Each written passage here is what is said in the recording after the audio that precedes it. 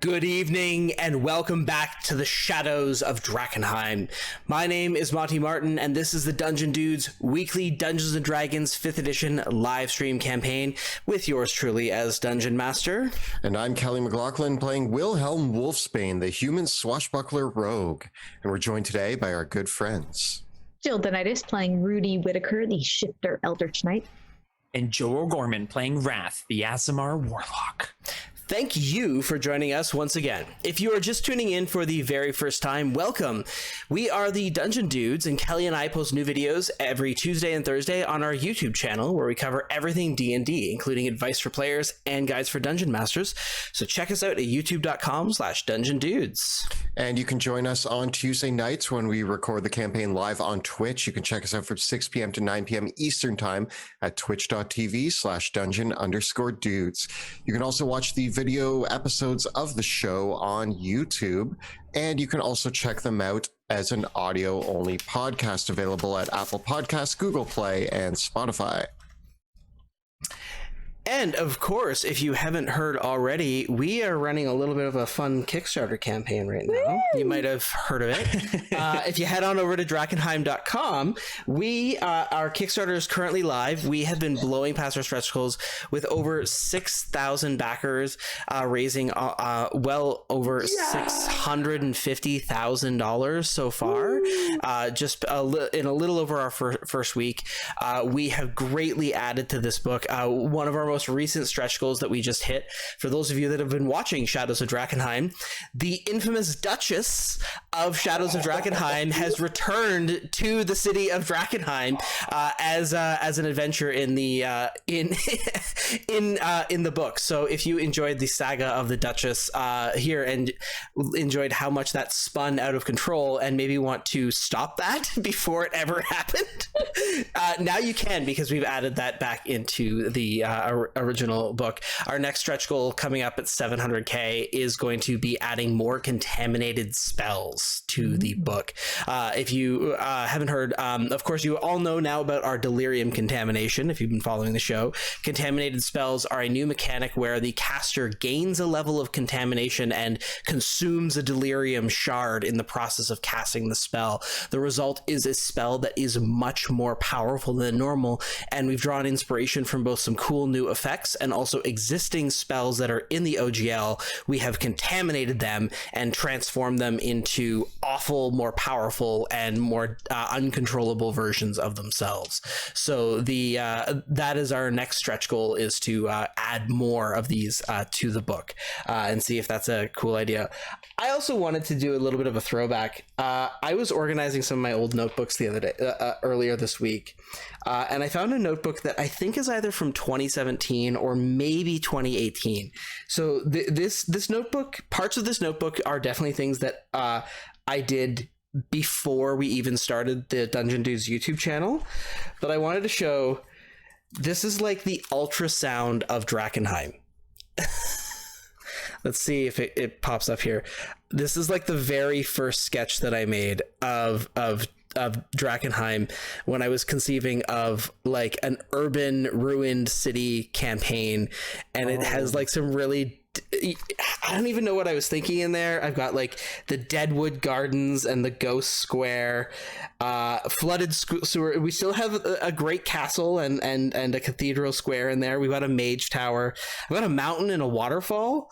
Why did I get rid of the waterfall? Why? Yeah, Raining delirium. Yeah, it's fine. Yeah, but that was like the very first like baby sketch of the earliest conception of Drakkenheim, as when like I didn't even know what it was going to be. Just like there's another page on the other side of it where I think I made a list of like possible locations to go to in it, and a possible list of people that you might meet or fight in it. And so I was just looking through this notebook being like, oh, I wonder if there's anything interesting in here. And sure enough, that was a very interesting thing. There's a lot of The only reason why I figured out what year it's from is because there were me making drawings of a Dwarven Forge castle builder set and planning out what I wanted to get from that. So that was a fun little Easter egg there. So it was just a reminder for me of like how much of this world has been percolating in my mind for such a long time. Like I found some other notes about like early ideas for what went on to become the Amethyst Academy from something that I wrote in like 2015. So it's really interesting to see, you know, the look back. And I guess my piece of advice would always be is never throw out your old campaign notes. And for those of you that are writing any of your notes, always make sure you use version control over your notes. It's really easy in this digital age to work in a Google Doc or to work in a Word document that you're constantly updating and that you're constantly changing, and you lose the lineage and the history of how your ideas evolved over time.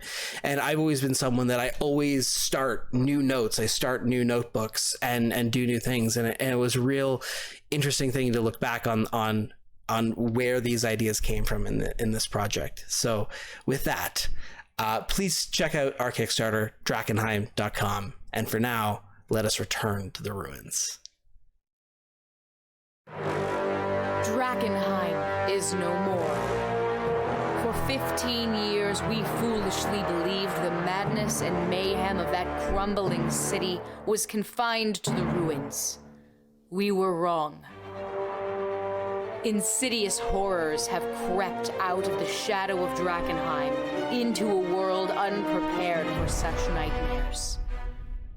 Tales of strange magic, swirling haze, and unspeakable terrors echo through the villages and towns surrounding that accursed place. Now, the Dusk Wardens, a new band of heroes, are tasked with driving out the seeping tendrils of the spreading darkness before it takes root.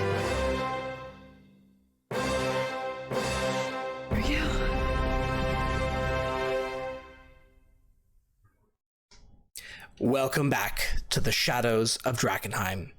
When last we left our heroes, they were gathered now in the keep of Kesselholm, the once ancestral fortress of House von Kessel in the days long before the city of Drakkenheim was annihilated, and even before the von Kessels themselves took the throne of Westamar from the previous dynasty.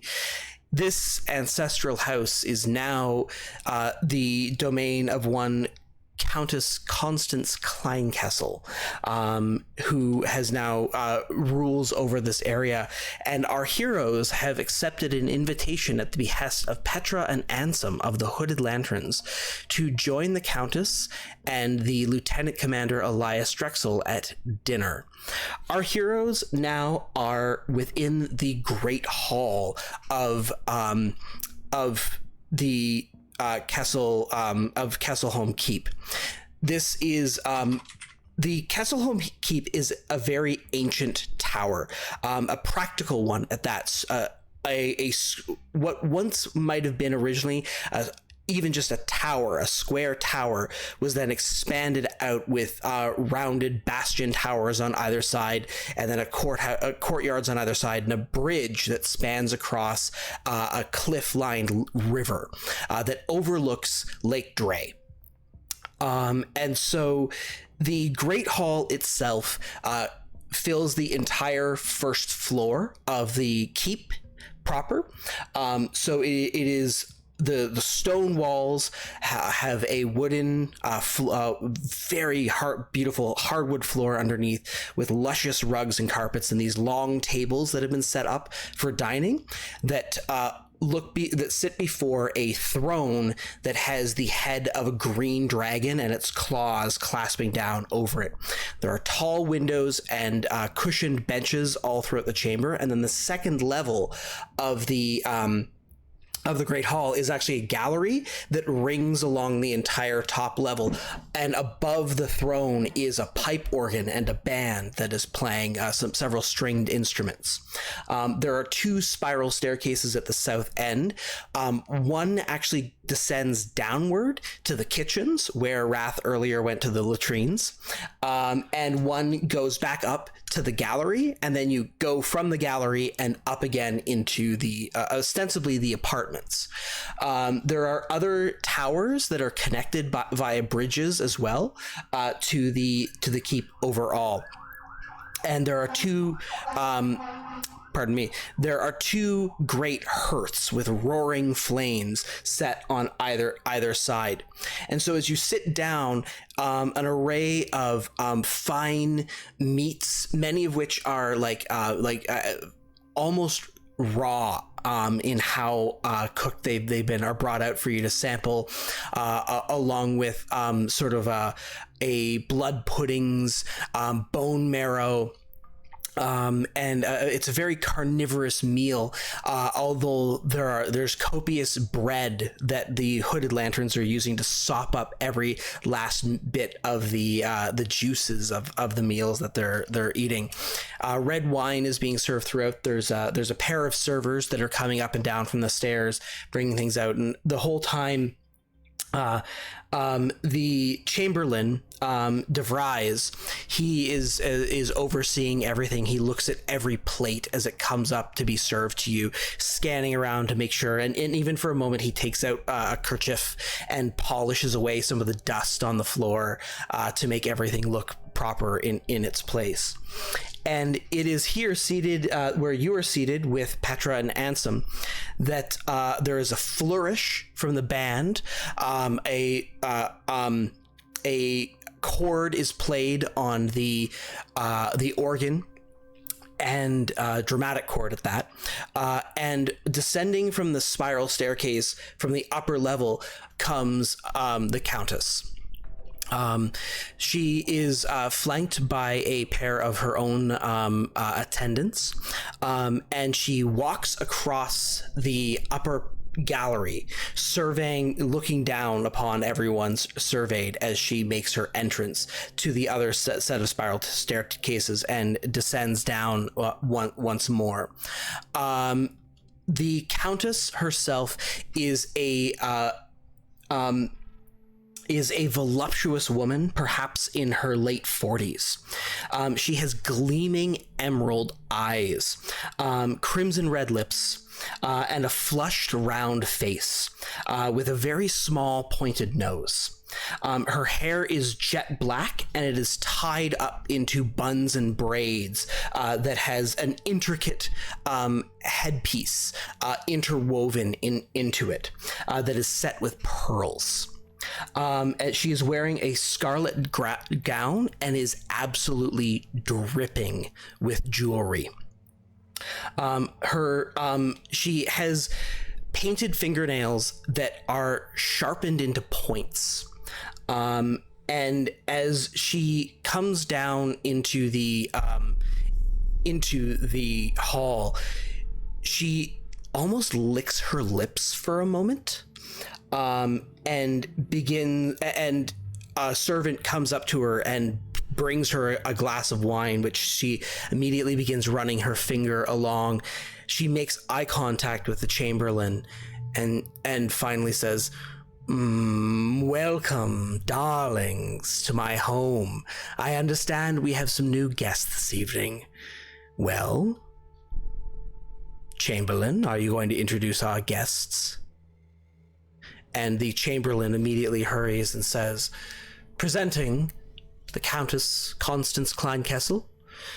And he gestures first to Wilhelm, and he says, "This adventurer, Wilhelm Wolfsbane." And he gestures for you to approach the Countess as she takes her seat on the throne, and she holds out her hands,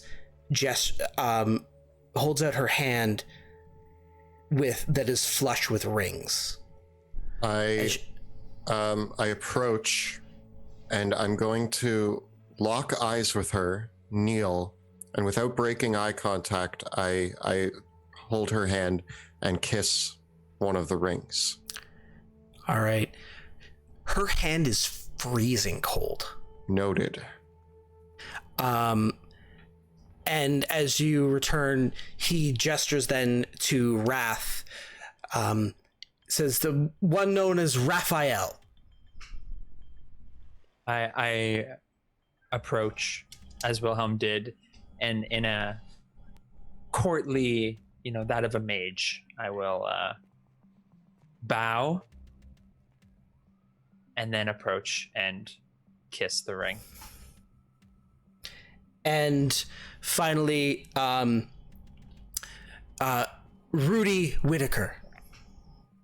I get up and I go over to her, but I don't come all the way up. And I salute her kind of like a soldier would, like a commander, and then do a bow as well. I'll say, thank you kindly, ma'am, for hosting this beautiful party. Much appreciated. And I go back. She says, you are welcome as guests in my home. Please avail yourself of all my stores and all the comforts that you wish yourselves. No expense has been spared. Enjoy every last morsel. Thank you very much. Will do. And it looks delicious. Yes. Thank you, Countess. We also hope to have an audience with you at some point. Can this be arranged in a more private manner? Perhaps. But I just have to make sure that you aren't boring and tasteless first. I wouldn't want to find you lacking in any way before we have private business, would I? No, I understand. I have a very interesting cat. That should be enough. An interesting cat. What a treat. Well, please enjoy yourselves. Tell me, what parts do you come from? Rudy and I, actually, all three of us have come from Tierhaven. Where's that? Oh, it's just a small town, sort of off the main roads, middle of the Octenwald Forest. Oh my. Such a dark and dreary place. I've heard there are many things that go bump in the night around those parts. We're used to dealing with bumps in the night, Countess. Are you? Fascinating. She sips deeply of her wine.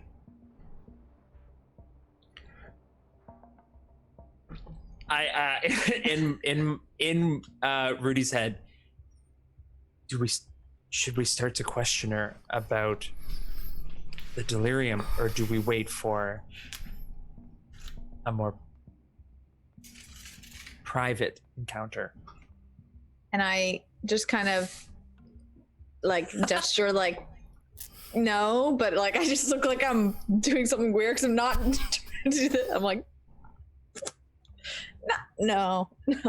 Countess, is there room for questions this evening, or are you open to us conversing? I don't want to infringe on any. I want to make sure our manners are top notch here, but are we able to ask questions?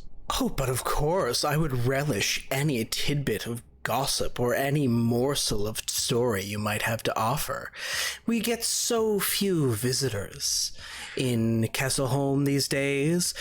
We are at the end of the trade roads, barely off toward little trade or custom comes this way.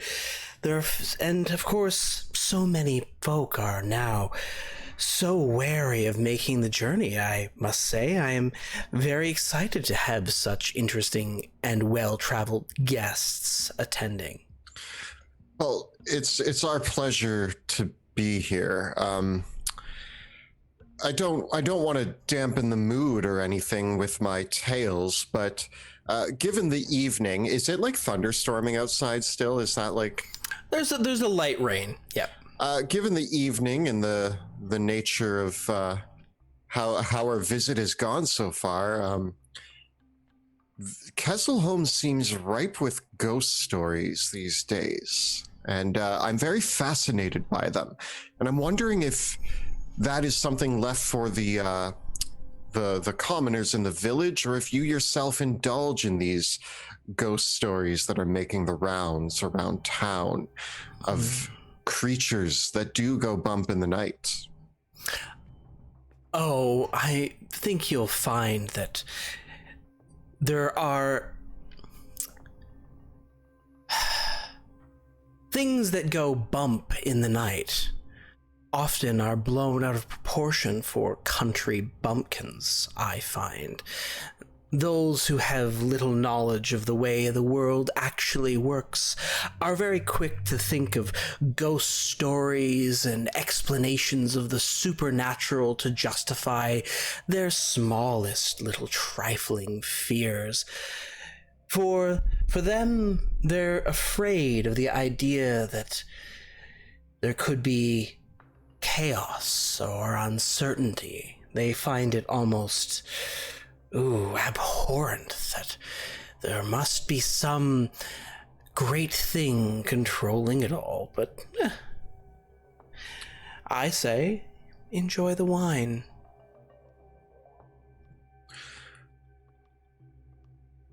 I can. The wine is delicious and the food is great. Wrath? But specifically, we were attacked by a creature without a head. That is what my colleague Wilhelm is referring to. A headless beast struck at me several times with a giant flaming sword and then disappeared. I found this quite disturbing. I have no doubt in my mind that this Dulan creature that the common folks speak of is likely little more than a common brigand with a taste for theatrics. I rather like his style. I think once my soldiers do apprehend him, I might stay his execution just to find out how he put on his little show. Why is it that even in a world of so much wonder, there is plenty of room for more than one charlatan, don't you think?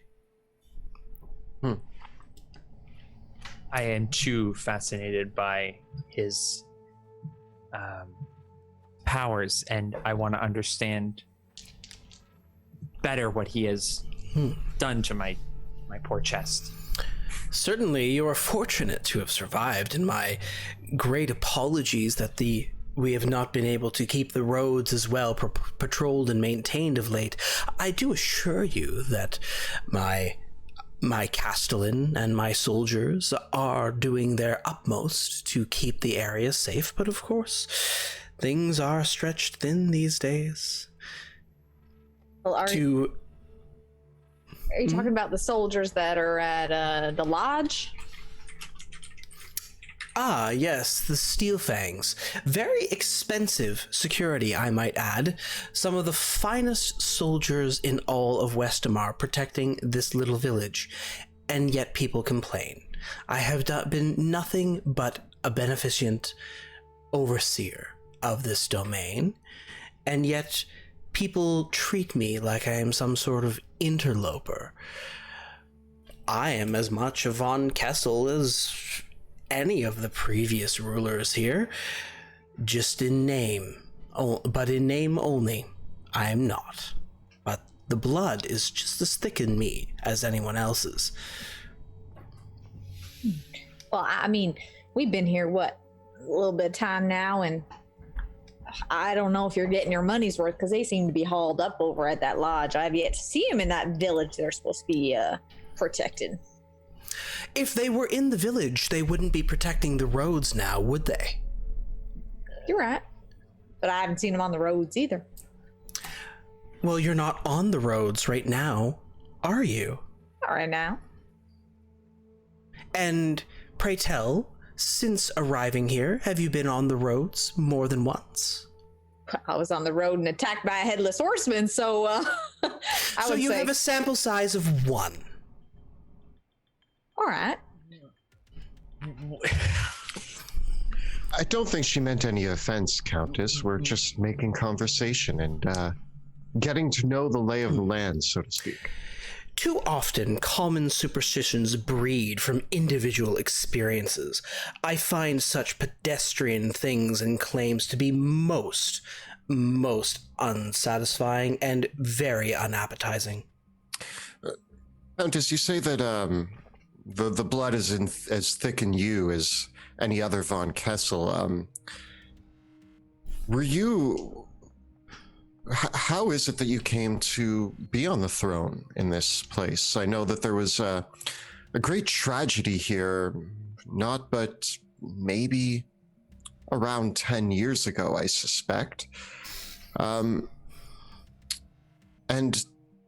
how long after was it that you claimed the throne, and how is it that you ended up here? I'd like to hear your story. Well, you see, after my dear cousin's death, I was the only next of kin remaining, and with my family eager to see me seated in my own domain, I inherited this through right of title.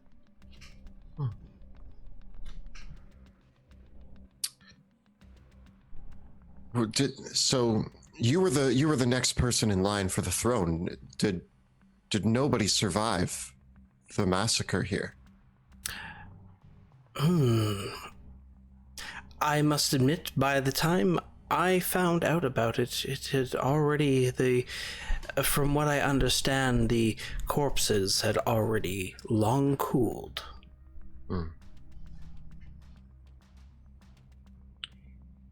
Your hospitality does not go unnoticed. How long have you held this fine establishment?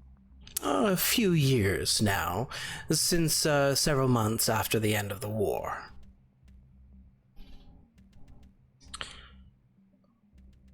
I mean, as we're enjoying dinner here, I see that the courses are coming out, the wine is being poured. I was under the understanding that we had another high-profile individual who was going to be joining us this evening. The Hooded Lanterns are here, and their lieutenant commander was also here, I believe. Is he unavailable this evening? The Countess turns to her Chamberlain. Chamberlain, where is our other guest of honor this evening? I hope he is not feeling too ill to come and join us for dinner. And the Chamberlain pauses for an uncomfortable beat.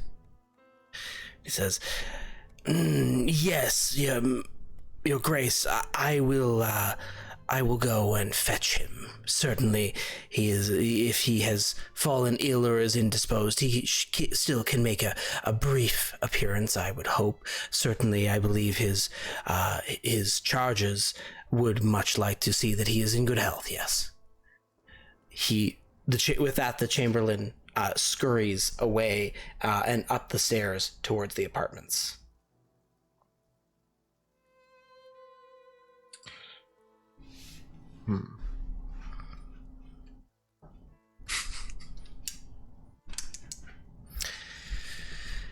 Well, let's see to it that we have our next little mouthful, don't we?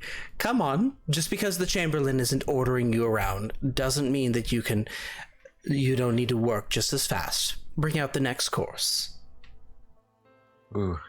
I've already cleared my plate like a long time ago. I'm waiting. I'm gonna lean like across Rudy and like pull Raph in and just kind of mutter to him, and I'm like, I need eyes on you for a second so I can check something. I need not a big distraction, but just draw the attention of the Countess for a moment, would you? And then I lean back. Give me a stealth check. Very well. 25. Okay, so you lean in close and mutter that to Wrath. Yeah, and then I as I pull away, I go, but it is quite delicious, I would say. Cool. All of you can roll me a d6. 5. 1. Okay. Petra and Ansem look concerned. They eye each other, and there's a moment where Petra leans across the table. Just as you're leaning into Wrath, Petra is leaning into Ansem, and as they're leaning into each other, whispering, you catch the faintest whisper of her saying, "It's not like Dad to. It isn't like Dad to be like this. What's going on?" And as she finishes whispering that, you hear the Countess speak up. "Oh, looks like there is a little bit of gossip happening at our guests' table. I do love it when people share secrets. Perhaps you would like to share your secrets with your gracious host. Please, there should be no secrets or duplicity between friends." Oh, we were just trying to be polite and not overpower the other conversations in the room. You know how it is at a dinner party. But if you'd like to know what we were talking about, Wrath, feel free. Countess, I do have some gossip to share. Will you give me your ear? Absolutely. I'm hanging on to every word that comes out of your mouth. But don't give him your actual ear. Don't give him your actual ear, I yell from the table. Ha ha ha ha! Rudy! And I walk very stiffly over to her, and I'm gonna kneel down beside the Countess's. She's at her throne, right? Mm-hmm. Okay. And I'm gonna gesture her to sort of like get close. Oh, aren't you a treat? Come here. And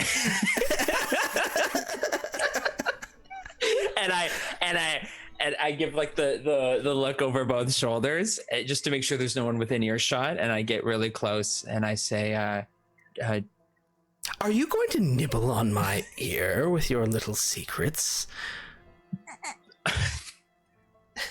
"Oh, Countess, not without the express permission of such Countess. But I wish to first divulge you the inner rumors of the city you are charged with saving." Do you know Leah, the woman? Is her name Leah? The Burgomaster Fassbender. Yes, I understand. Yes. She has been quite ill. Yes. The rumor has it that the butler has been poisoning her and trying to keep her sick. Oh my. Yes. What a ghastly thing. Poison in the food or the drink? Some say he puts it in the laundry. Oh my. Such a scandal. While this exchange is happening, am I able to, once again with my mirror, I want to take, so the whole reason why I wanted Wrath to draw the attention, not for a long period of time, I just need to lift the mirror up almost under the table and point it in the direction so that I can just catch a glimpse of the Countess, and then I'm just going to tuck the mirror away quickly. Like it's almost like just like a hold up and then put away as quickly as possible. Certainly. Give me a sleight of hand check. I'm going to use a luck point. So as I go to pull the mirror up, I catch somebody's eye and I just like kind of thumb it around in my hand for a second until they look away. And then I'm going to get a 17. Okay. As you fumble the mirror around and start to like aim it towards the where the Countess is seated, it's tricky because there's a table in front of her with a tablecloth. And so trying to mirror it underneath the table, you're like, you're not getting the angle that you need to. Like you might have to with your check result, you might have to either be sitting in a different spot or bring the mirror onto the table to get a clear angle. I have a quick question. So the second floor, is it open? Yes, the second floor. The second floor is open. I can actually give you a quick if you're just sort of interested in seeing a little bit of an idea of what that looks like. Just a quick flash here. Yeah, cool. So this is the gallery level. You're not going to see any tokens here. But this is what it looks like on the second level, right? So there's this is the spiral staircase that goes down from the upper level, and then this is the spiral staircase that goes up. So what's interesting here is that the spiral staircases don't they kind of are staggered in the way that they're built, and then there's the organ right up here and several shelves and kind of a sitting area in these corners. There's actually a doorway out onto the battlements up over here that you can just make out, and then hanging above are actually 5 chandeliers as well.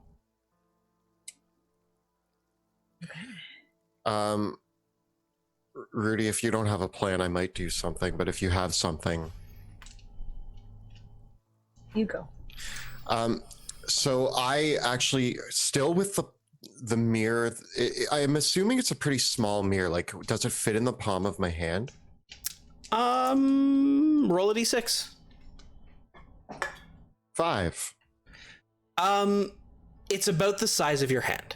Okay, so with it still in my hand, I stand up and reach over to grab Wrath's glass of wine and mutter, not loud like I'm trying to be like heard by everybody, but loud enough that you probably could hear me. And I'm just like, well, if he's not going to finish this. And as I reach for his wine and lean forward across Rudy, I nudge her and I hold the mirror so that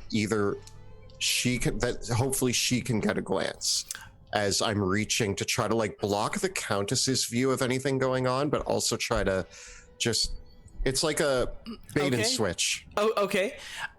So give me a sleight of hand check and a stealth check. All right, sleight of hand. And if you want to accept disadvantage on one, you can have advantage on the other.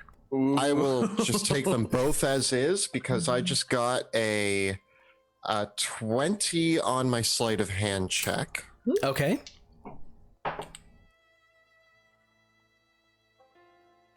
And I can see them smile because I got a 17 on the stealth. I'm going to use another luck point is what I'm going to do.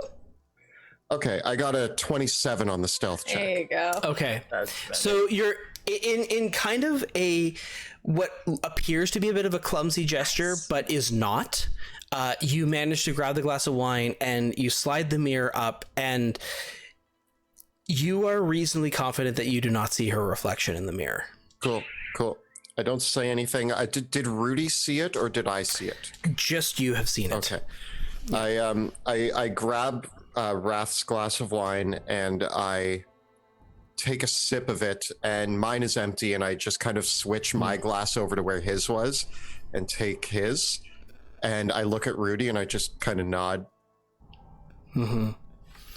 As as you take your seat again, and Wrath heads back to his seat, the Chamberlain emerges again and says, "The Lieutenant Commander Elias Drexel," and coming down the stairs with heavy bootsteps is a large burly man with the garb of a commander of the Hooded Lanterns, with kind of a big pair of shoulder pauldrons and a long cloak and a breastplate, and he has these long chops and a beard and long dark brown hair with a very dour expression upon his face and a furrowed brow. And as he comes down the stairs, he grips onto the railing and almost pulls himself forward along the railings of the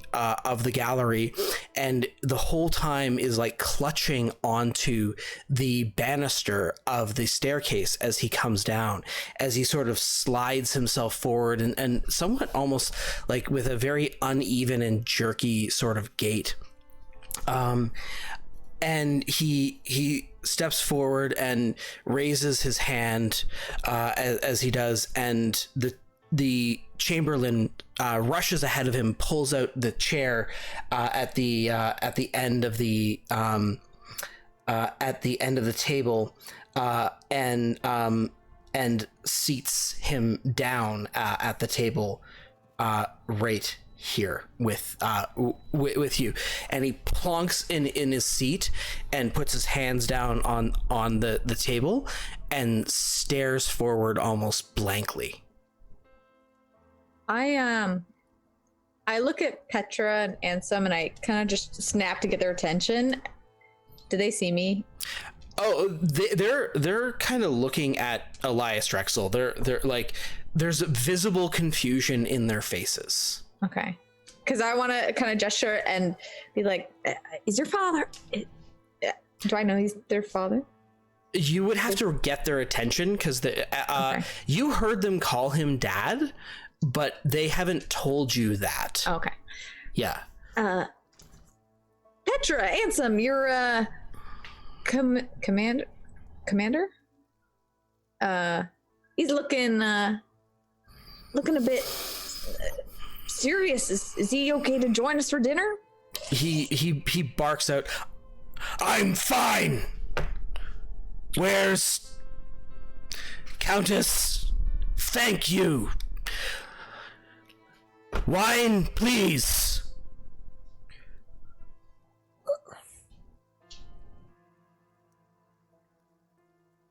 And one of the serving folk comes and pours a glass of wine, which the lieutenant commander picks up the cup, and it's shaking and spilling. And whether he actually gets any down his mouth and down his throat at all is very difficult to determine if he actually drinks any of it. The great Elias the cup Drexel. down. I say this loud enough, but I'm like, is this the great Elias Drexel? Petra turns her head with a snap. Yes, my apologies. It seems like the lieutenant commander must be... Commander, are you all right? And he barks, "I'm fine." Didn't imagine such a great warrior to be so frail and weak. He looking at him, there's nothing frail or weak about him. It's almost all in the way, like the movements of his body are incongruous with the frame of this man who looks to be, perhaps, he's definitely in his 50s, but this is a tanned, well experienced soldier outwardly, but he is moving with... he's moving like an old man. Yeah. And that's what I'm commenting on. But what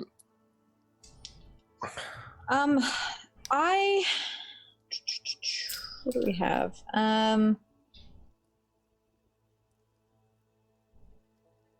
I'm wondering, do any of y'all have a simple healing potion?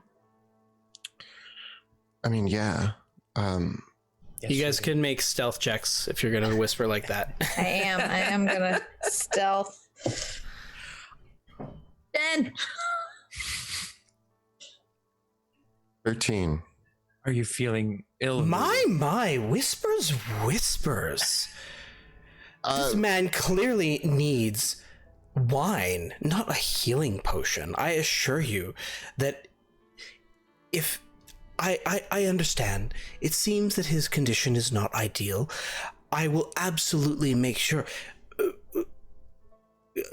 Commander Drexel, if you are not feeling well, certainly it is so gracious of you to join us this evening, but if you are not feeling well, sir, please avail yourself of us, and I will summon for my doctor immediately to attend you. And he returns and says, "Thank you, your grace. That would be good."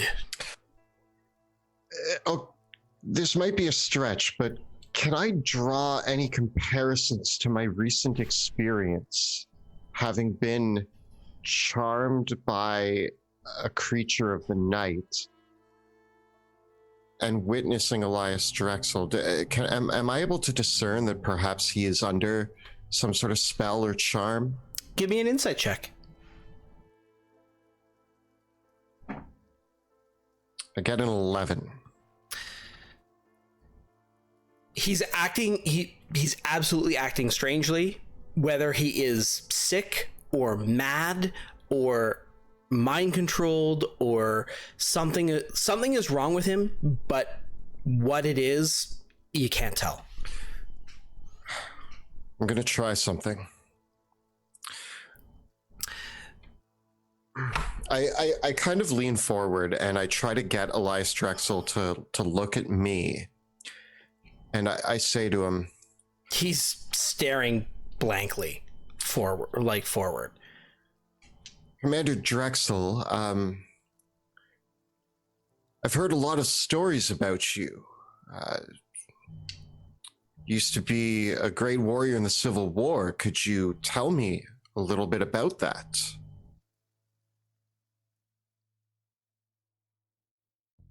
He stares blankly, and there's a bit of a moment, and then the Countess says, "Yes, Commander Drexel, are you okay to regale us of your tales right now, or would you rather go back and rest for now? It's quite all right." And the commander responds,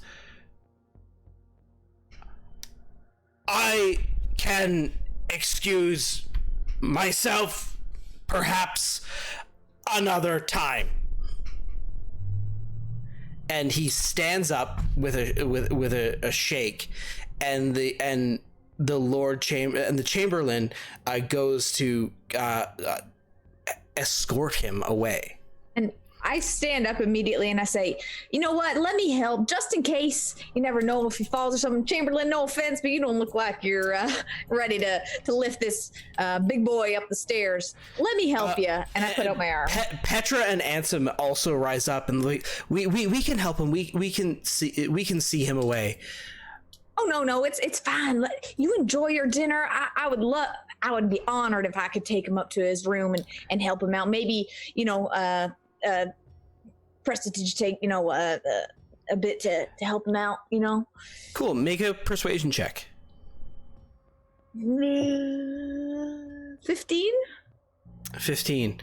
The Chamberlain grunts and says, My dear, you are a guest here. You do not need to be taking care of our other guests. That is my duty. Come, I will. Come, Commander. I will see you. Please, avail yourself of all the food. Well, I may be a guest, but I am first and foremost a mother, and when I see someone ailing, I must help them out, just like I would my kids at home. Please let me help. Please. Okay, you can make one more persuasion check. 16. The Chamberlain responds, "We have one of the finest doctors in this side. Diedrich Moore, this man needs a doctor, not a mother." Well, I mean, mother, soldier to help him. I'm just saying I could help him get to his room. Really, please let me help. And I just start to like take him.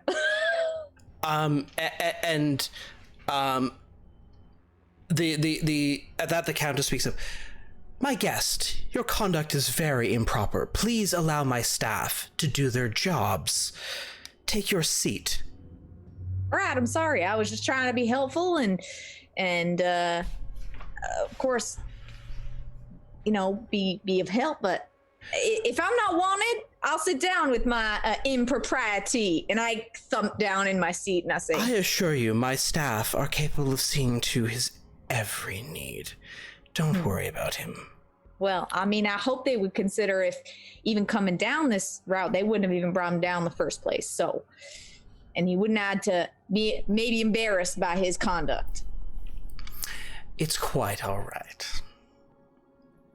I kind of squint my eyes at her like I'm not impressed. Unimpressed.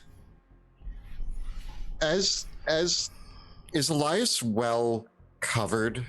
I guess what I'm asking is, I try to spy if there's any wounds on his body, anything that resembles the same ailments as Leah from before. I try to give him a once-over as they bring him by my chair to see if I can notice anything. There's no signs of injury upon him.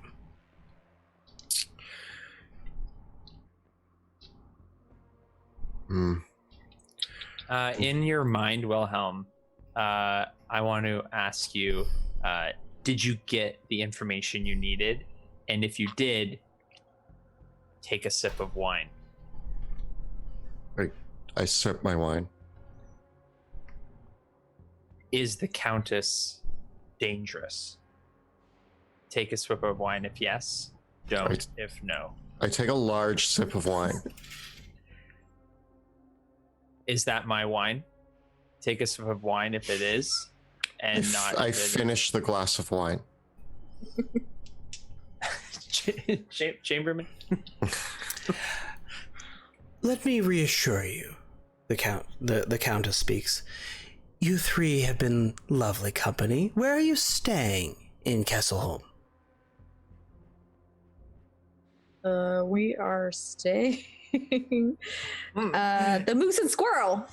Oh, the Moose and Squirrel. That will not do. You must stay with me here. If you're worried about the commander, that way you can check up on him. I've got some rooms on the same level as him. That way you can see how he's doing later this night after the doctor's seen to him. Yes, absolutely.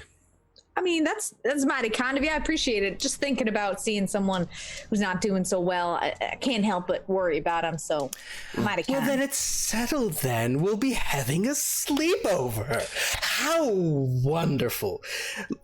As the Chamberlain leads Elias Drexel back up the stairs, "Chamberlain, make sure that you prepare the finest satin sheets and get the fresh set of pillows out for our lovely guests. Oh, it's been such a while since I've entertained such delicacies like yourselves. I'm looking forward to it. We can stay up and regale you. You can tell me your stories late into the night." Staying in this castle was top of my to-do list, actually. Ah, well, it sounds like you got your wish. Indeed. Countess, I find that these grounds are immaculate. You have cultured such great and wild lands. May I ask for a tour? I would love to see the outside of the castle. You would like to see the grounds of the castle? Well, certainly, of course. If you wish, you may survey. The grounds are not too impressive. There is the small courtyard. The The greatest sights to see, of course, of Kesselholm Keep are from the balconies and the high spires. Perhaps this evening we can share a glass of wine and look out upon the sparkling moonlight over the lake. Yes, that sounds fantastic. All three of us would love to attend. Well, why would we interrupt his date? I stomp on Rudy's foot under the table. I mean, of course we'll join the date. I will also bring my cat. Yes, I'll make sure that the Chamberlain prepares my sitting room. I have a lovely, lovely view. It seems that my old cousin, rest his soul, he was a little bit of a stuffy man, you must understand, always writing into his books and everything like that. Well, no worries, I cleared out that old library and made just the most delectable, beautiful sitting room. It is so sumptuous. Oh, we'll have such a lovely time.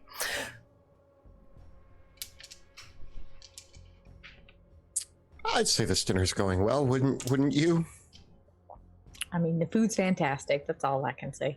A little bit bloody for my taste. Oh, is it a little too undercooked? I find that it gets you a little bit closer to the true taste of the animal. I'll have his portion. It's all right. Countess, may I be excused? I wish to stretch my legs and explore your wonderful keep. Ah, certainly. Well, it seems that dinner is wrapping up now anyways. Why don't I have my staff see you to your chambers, and you can meet me for a dessert later this evening. Sounds good. That would be lovely. Very well. What a lovely night. I will see myself off. And with that, the Countess heads back up the stairs, and the servants begin collecting the remnants of the meal, and the hooded lanterns prepare to go back, and they Petra and Ansem come up as things are. The Countess has left. The Chamberlain is getting your rooms prepared, and they say that they will come and collect you once your rooms are ready. And so they kind of leave you here with the guards and the serving staff and the hooded lanterns. What do you want to do? Petra Ansem, will you be joining us this evening? It might be good to get to check in on your commander. We weren't invited. We're still staying at the Moose and Squirrel. The commander, can you check up on him? Something was really wrong. Yes, it does appear that way, and we will investigate, and we will let you know as soon as possible. Be on high alert. All right. We're supposed to leave. We were bringing the Countess's payment for her mercenaries. We're supposed to leave tomorrow. I would count on another few days here in Kesselholm. No, we can't do that. Why not? What's a few more days in beautiful scenery like this? We need to get back to Drakkenheim. Why? We have responsibilities. Like, the lieutenant commander has responsibilities. He's needed. Well, he's going to be late, and there's not much you can do about that. We're going to do our best, but how dire of a situation is it? I mean, it's Drakkenheim, so I assume it's life and death, but I mean, that just seems to be the case with Drakkenheim. I'm sure Drakkenheim can live another few days in its dire situations. It's not that. Just she looks around. Just as a point of clarification, Wrath, you have been keeping your academy identities secret for now, yeah? Or have you disclosed that? No, I think I wore my best academy robes. Okay. Okay. She Petra says, she leans into Wilhelm and says, you're friends with the Academy, yeah? In a manner of speaking, I would say yes. Well, we've been working with the Academy, but they don't know we're here. So we're trying to get this done before they get wind of it. Why would you go behind the Academy's back to come here?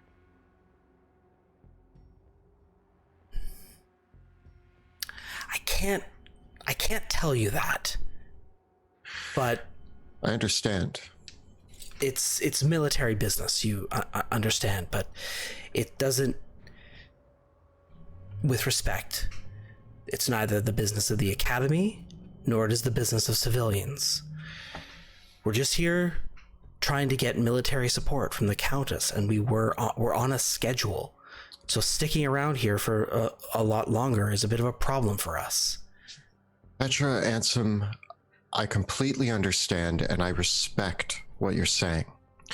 I will tell you that come tomorrow, when we do talk to you next, hopefully tomorrow, you may want to loosen up on what you can and can't tell us. We are here to help, and it sounds like we might need to combine our heads together to solve some of the things that may be happening here. Just keep that in mind and keep your eyes open and your ears peeled. Be aware of what's happening. There's dangers around every corner in this city. Very well. Be safe. You Please. too. Before you leave, can the guards hear us? Are we chatting openly? If the guards are around, if they have any, if they're great at hearing, they could definitely eavesdrop on you from where you are. So yes, the guards could potentially eavesdrop depending on how you handle it. I'm gonna look at Wilhelm, and in his mind, I'm going to ask him, is the Countess a vampire? If she is, just say the word yes. Most likely, it would be good to get some rest this evening. And then I'm going to turn to Petra,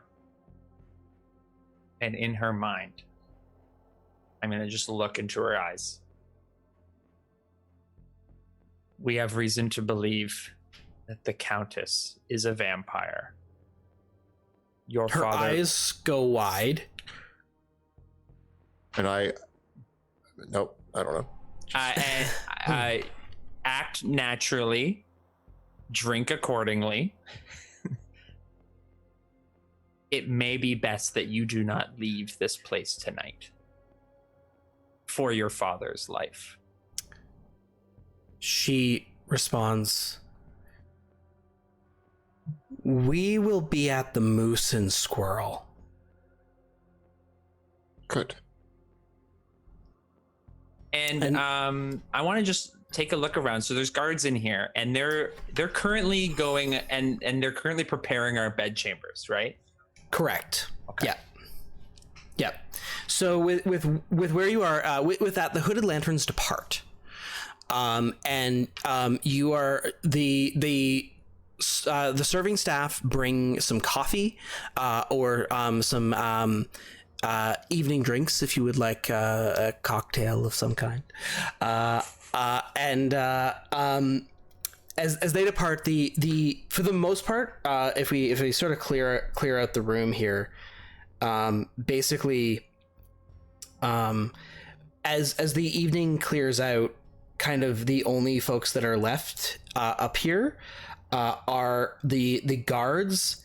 And I accidentally put Wrath onto the GM layer. Whoops, sorry, buddy. Hi, Raph. It's okay. He disappears sometimes.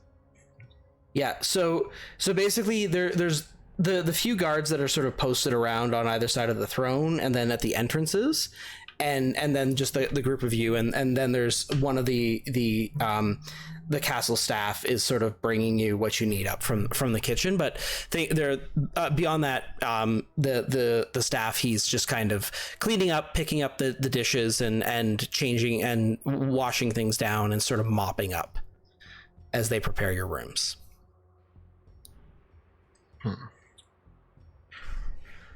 Well, friends, it's going to be a long night. Another long night. Mm-hmm. I very much would like a moment alone with Elias Drexel, if that's possible. I mean, I don't know what kind of condition he's in to be Need us to help you arrange. talked to, but She did say we could. Well, I figure one of two things could happen from me talking to him.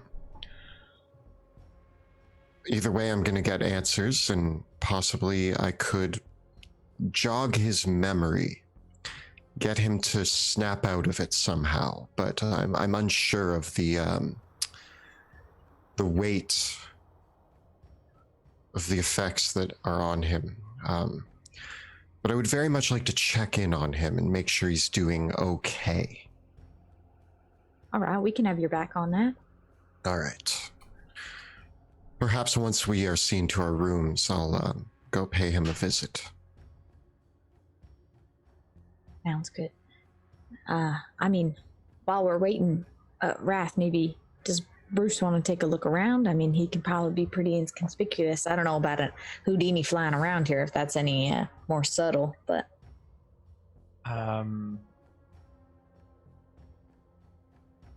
Yeah, I guess what I can do is I'm gonna are we just sitting around the table? Yeah. Okay.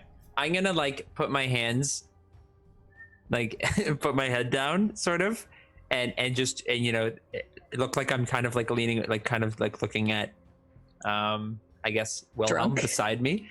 Yeah, and I'm a little tipsy, and then I'm just gonna disappear out of my mind and go into Bruce's Bruce? body. Sure. Where would you like to go?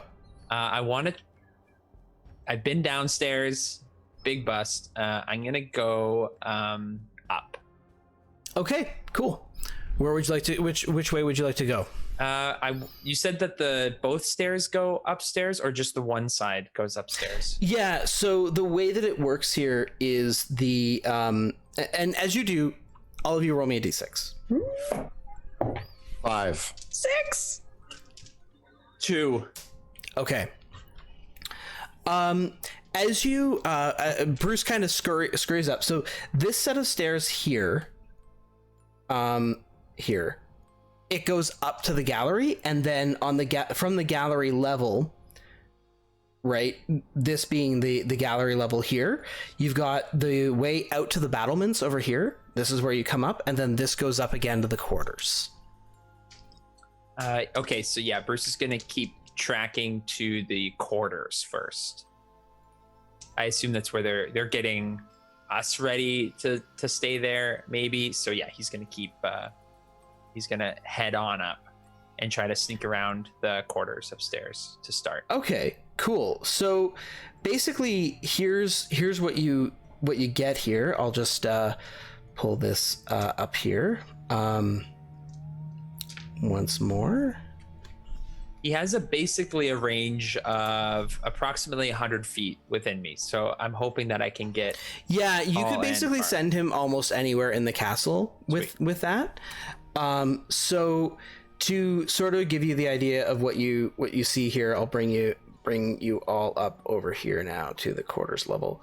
So this is the upper level as Bruce comes up the stairs, and so you can see that there's a pair of guards kind of patrolling the hallway, and the Chamberlain DeVries is ordering around a few housekeepers who have a few rooms open, and they are sort of getting everything ready, and they're bringing the linens. And as Bruce comes up the stairs, you hear one of the housekeepers say, "Chamberlain, the rooms are ready. We're ready for the guests now." Bruce. Okay. Bruce is gonna try to. You know what? I'm just gonna have him come back downstairs. Cool. And so with that, the Chamberlain comes downstairs, and says to the group of you, your rooms are prepared. Thank you. Right. I think we've had enough drinking for tonight, gentlemen. Let's head on up and get a sound sleep. Follow me. We still have dessert on the balcony. Indeed. He leads you up the gallery, and the three of you are brought up to this level here. So I will put you all on to the GM layer. He brings the three of you up, and shows you to each of your rooms. The gallery. So this level of the castle is. You come up and there's the thin narrow windows, but then there's these nice stained glass windows lining this hallway, and you get to this hallway where there are some lovely stone benches and some beautiful murals of artwork. The artwork, some of the artwork here depicts old family members of the Von Kessels, but it definitely looks like, just judging from it, there's still kind of like the air of fresh paint in the air, and several of there's candelabras that kind of decorate the whole hallway, some new statues, and clearly like some newly hung pieces through the halls.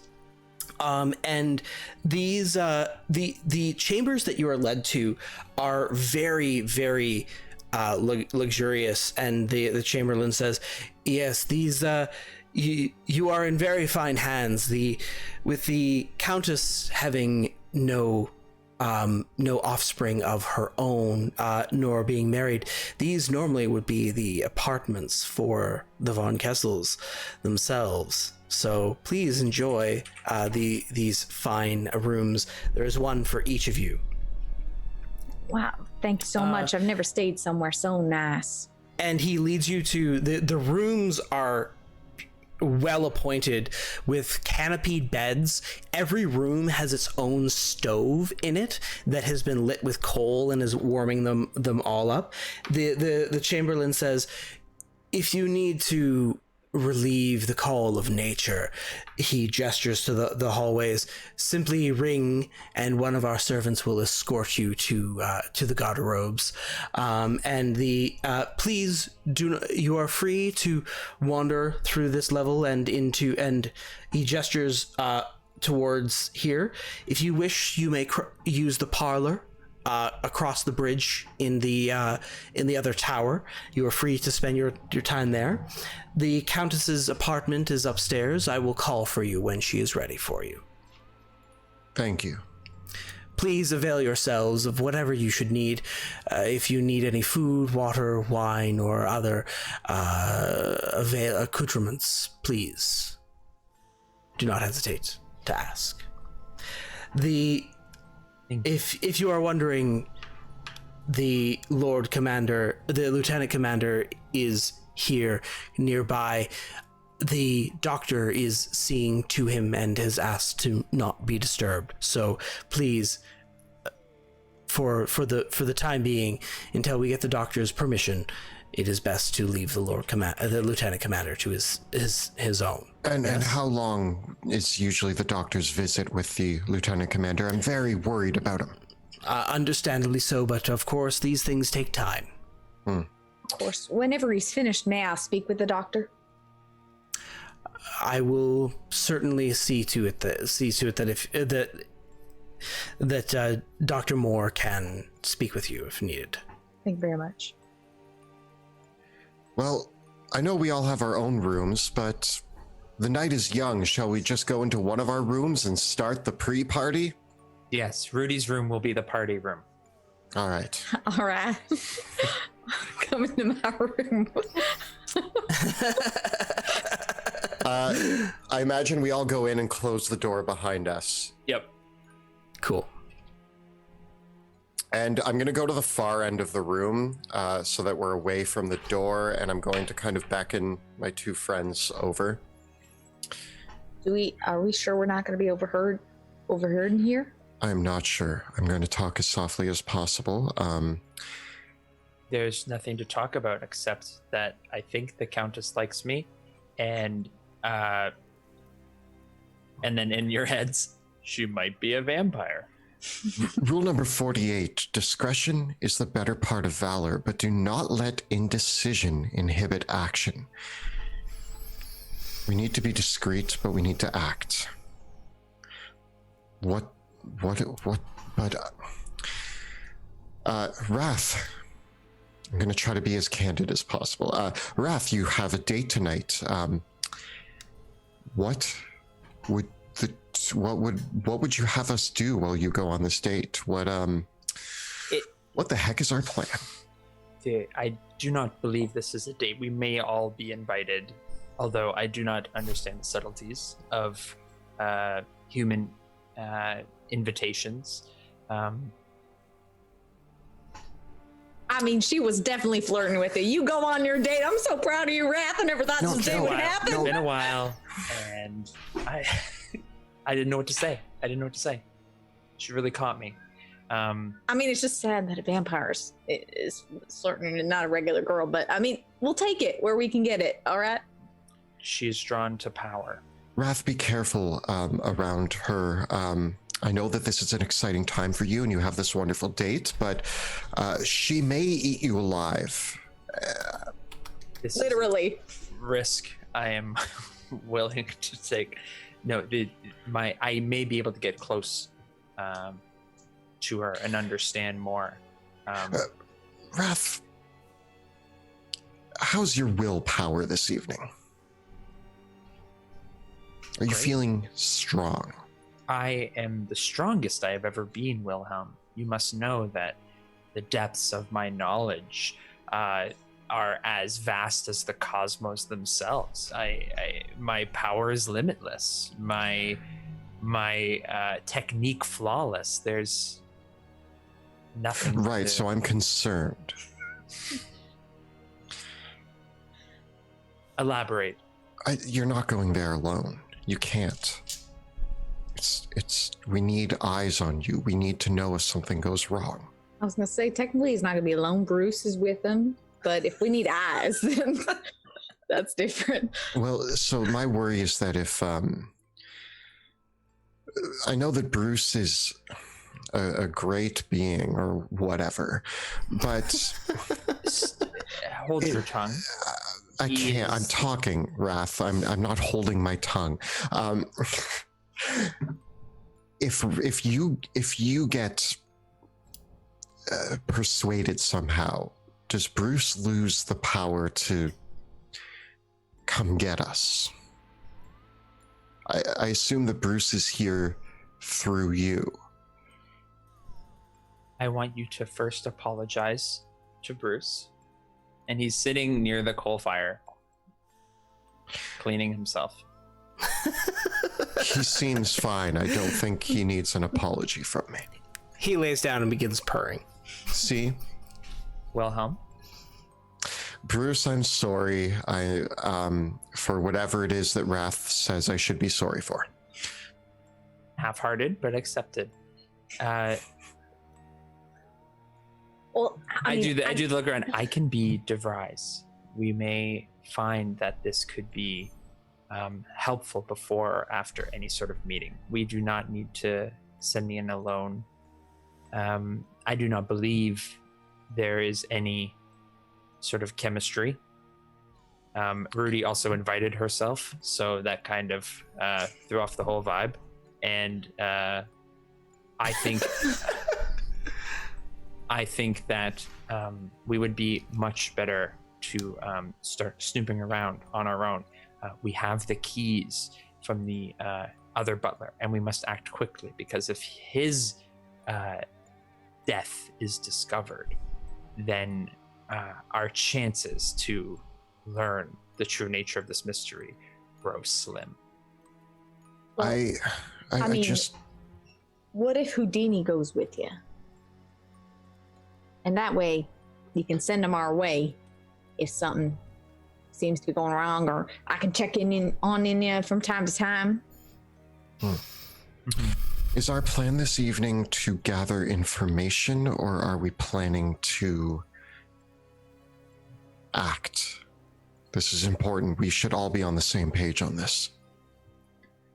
I mean, I think we should be prepared to act, because they said they're supposed to be leaving tomorrow, and if she thinks that they're supposed to be leaving, I don't know what's going to happen to the commander. I hate this, but I think we need to save Elias Drexel.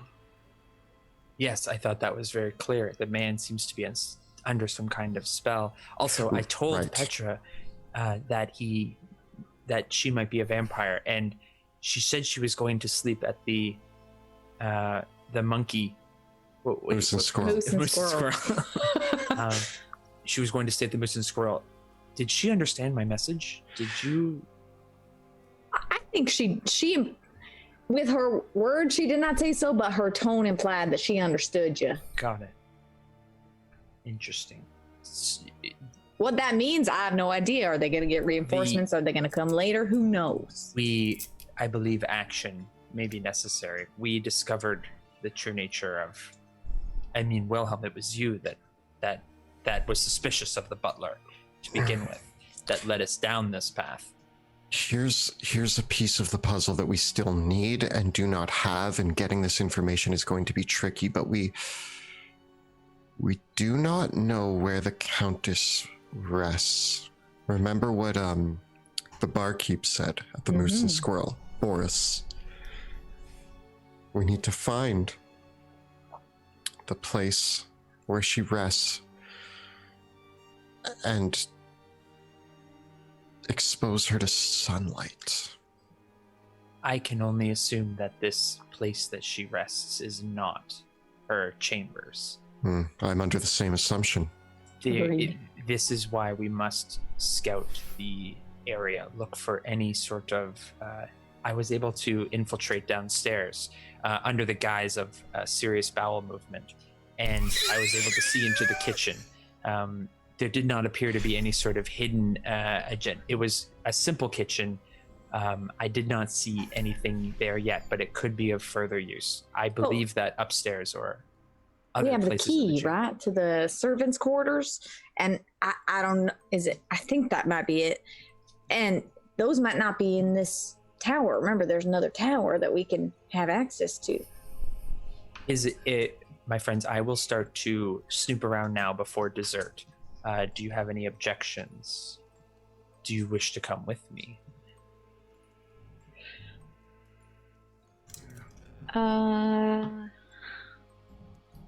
Is that what we want to do? Go as a group, or do we want to be more? Man, that's a great question. I can make you invisible. Ooh. Okay. That would be a great idea. I swung ya. But should we wait till after dessert? Well, this is the trick, is I also want to make sure that there's no more visits to Elias Drexel's room while we're snooping. Do you wish to speak with him now? I can't. The doctor's in there. It would be ill-advised and against the manners of the house. Ooh, are there windows on the rooms? Yes, there are. Okay. I do want to see something. And I open the window and I want to send Houdini out to look and see if there's a curtain open on the windows to Elias Drexel's room.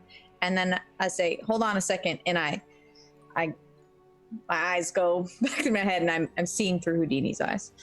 Sit you down on the bed. Okay. So you want to look in you send Houdini out your window and looking into the window of the other room. Yeah? Yeah. Okay. You look in the room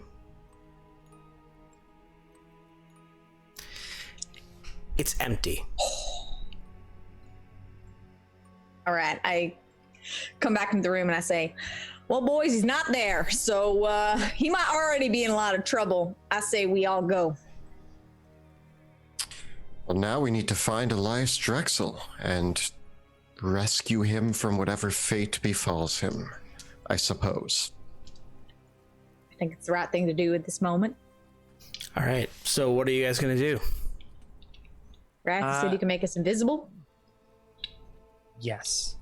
And I'm going to I'm going to open the door of Rudy's room and step out into the hallway. Mm-hmm. Is there anyone here? The guard is standing there. He turns and he nods at you as you do. And I kind of, with the door open, I'm going to cast Invisible on Rudy and Wilhelm. While the guard is watching you cast the spell? I go back in the room. Okay. Like, I just leave the door open. Leave it open a crack. Leave it open a crack.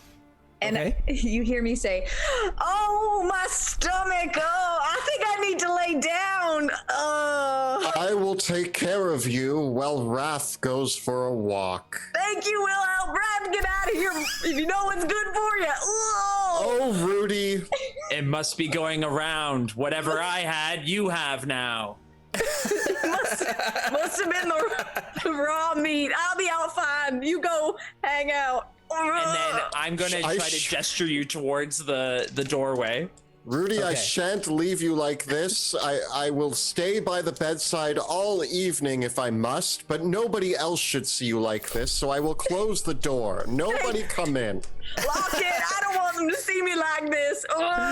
And Of course. And so I have the door open. Does it open outwards or inwards? Towards the room or towards the hallway?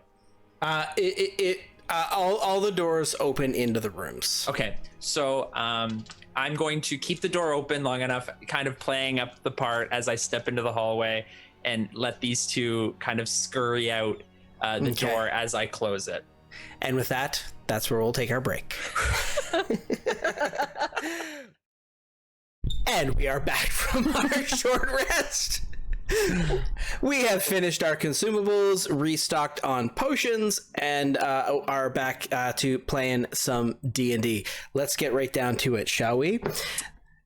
Yeah. It is approaching midnight in the castle. I would say it's probably now well after 10 p.m. Of the last strike of the clock in the halls, and you are in the apartment levels, the quarters levels of Castleholm Keep, in these richly appointed rooms with canopy beds, wonderful wardrobe, dresser, drawers, stoves in each room, candelabras, even bookshelves, and lovely desks. There's artwork dotting all over the halls, and as you look through and portraits of and artwork that has been brought in from who knows where and who knows when, but there is one portrait that does strike you significantly in this hall. It is at the end of the hallway here. There is a smaller portrait of the basically the northern house. So during the Civil War, House von Kessel split north and south between Manfred and Cecilia von Kessel, and so there is a portrait here hanging of Manfred and his wife and their children, probably when the children were quite young. And it's a smaller piece, perhaps commissioned on a whim, but it still hangs here in this hall. What will you do? When There's a guard left for dinner. Sorry. Yeah. There's a single. There you know that there's a few guards that are basically there's guards posted at the stairs and at the room that you now know is empty.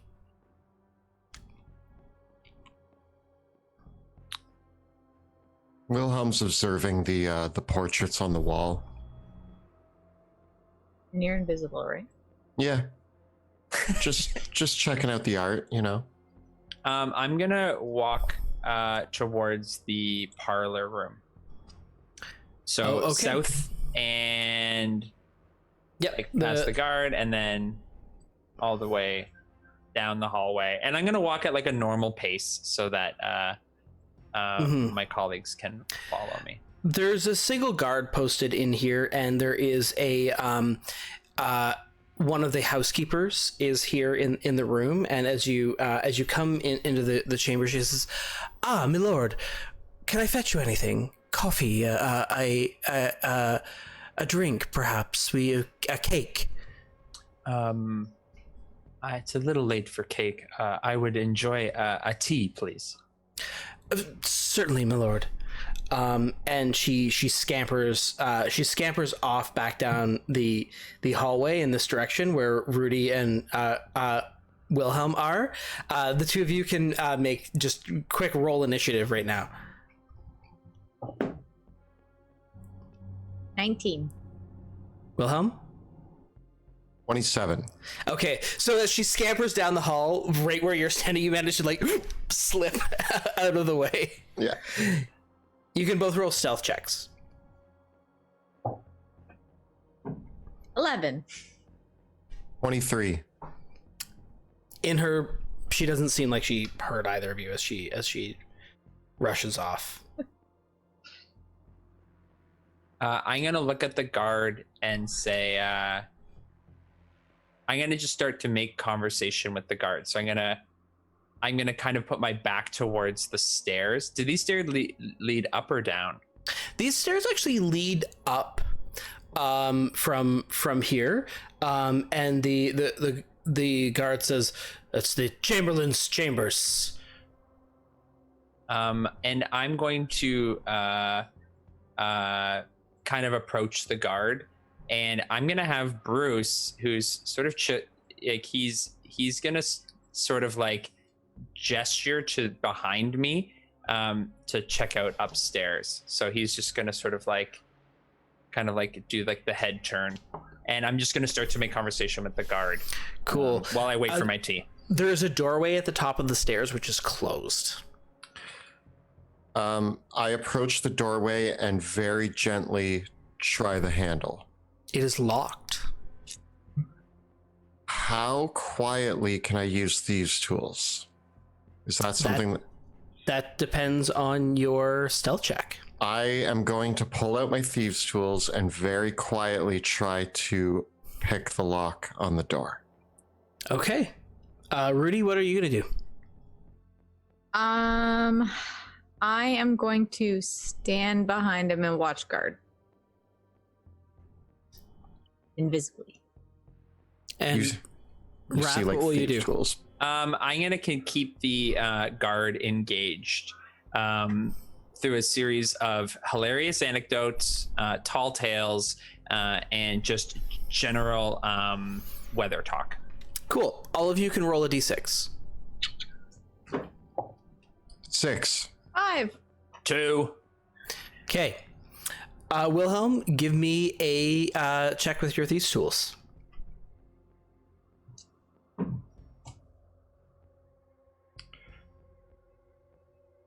That is going to be 28.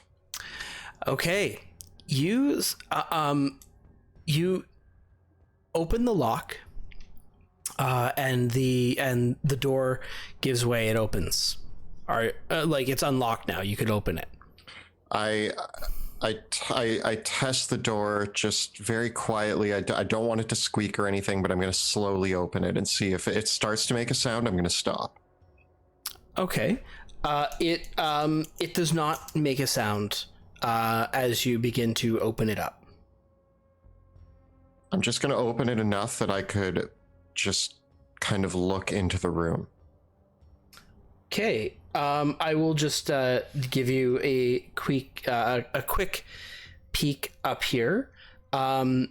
This room is the Chamberlain's quarters here.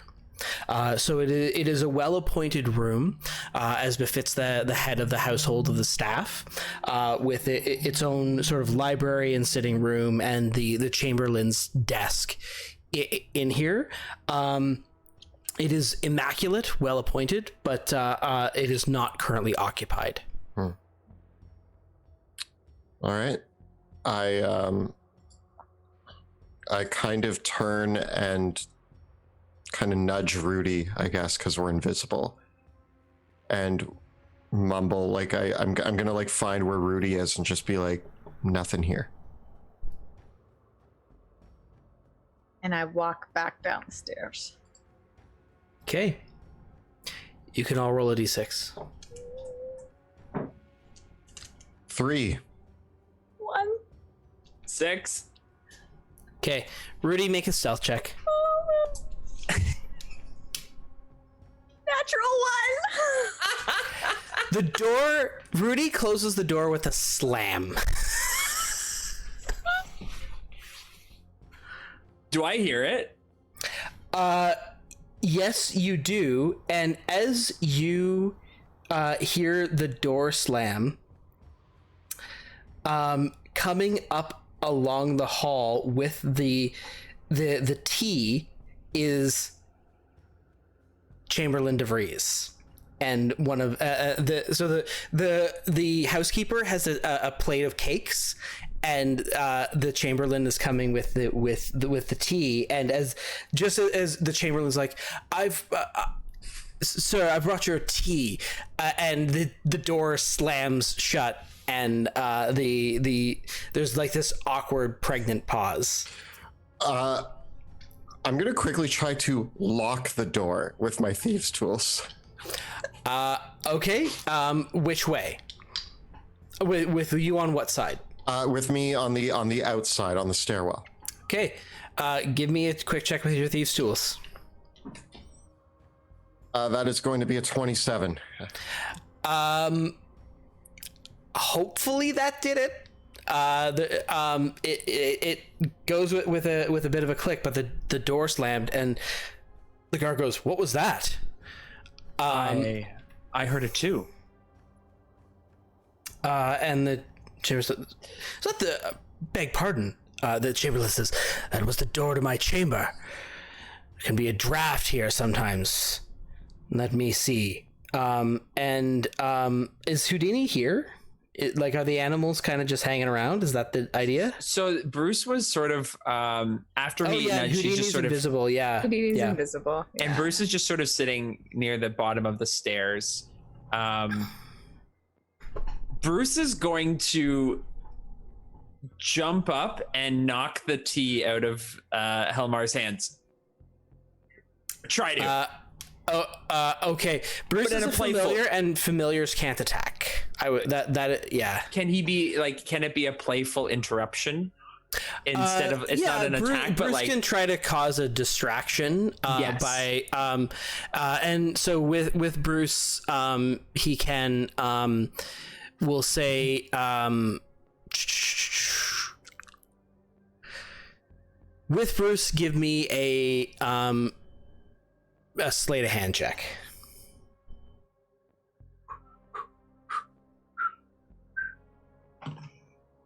14. The Chamberlain responds by booting Bruce. Like, says, "Back, sir, your cat." And he gestures to the guard. "Beg pardon me a moment," and he passes the tea to the housekeeper. "I must investigate. I have many sensitive documents in my chamber. I hope that there's not been a thief in the night." I pick up Bruce and I hold him closely and I say, 1 minute. That was uncalled for. I know my cat is he is just a fine connoisseur of tea, and you had no right to kick him. He responds sharply, "Good sir, my apologies. I will be with you in just a moment." Not in a moment, right now. I must have my demands met. You must apologize to my cat. I have demanded much more of my close friends for way much less. The Chamberlain says, very well, and he gestures to the guard to go up the stairs and check my room. Is the stairwell is it railed or is it like closed off? Like it's walled. Okay. Yeah. With them coming, can I try to like splinter cell this, if you know what I mean? Where I like jump up and like brace yourself. Yeah, I'm gonna jump up and brace myself across the two walls and hold myself there. Okay, give me an acrobatics check. All right. That's gonna be a 17. Okay. You're gonna have to hold yourself in place there. Like your arms are shaking as you do this. Rudy, what are you gonna do?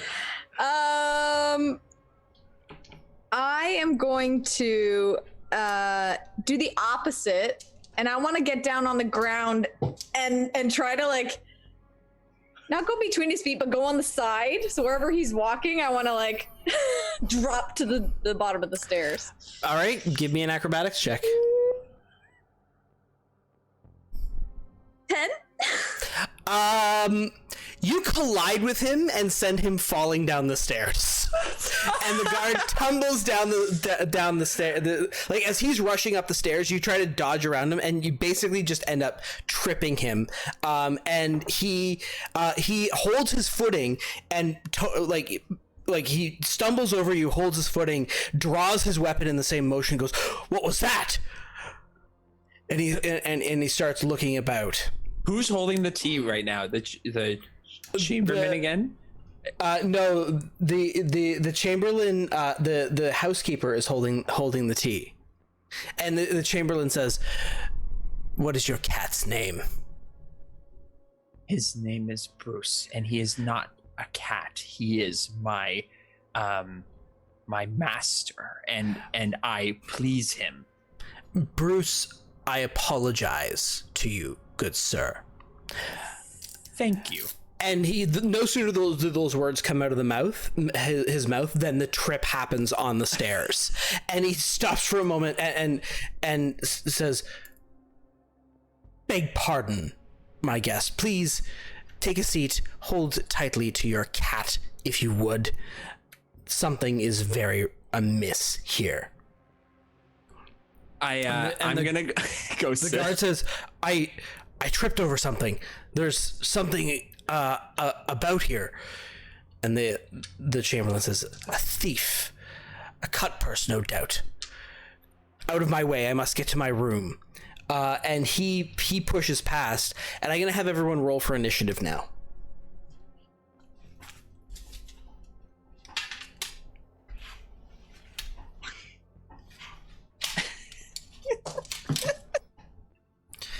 Rudy?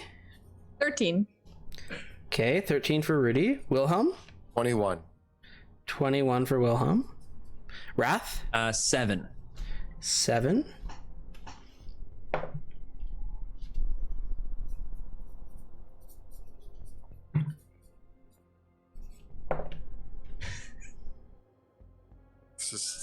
I can't see you guys, but I get that there's just chaos happening on these stairs, and I'm like a little bit like sitting down.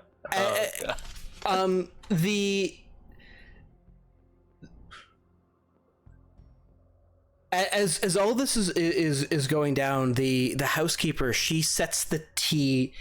She's holding the tea, and she moves into the room, and she sets the tea down on the table and says, "Sir, everything will be okay. Just we'll look into all this. Never you mind." And then Wilhelm, what are you gonna do?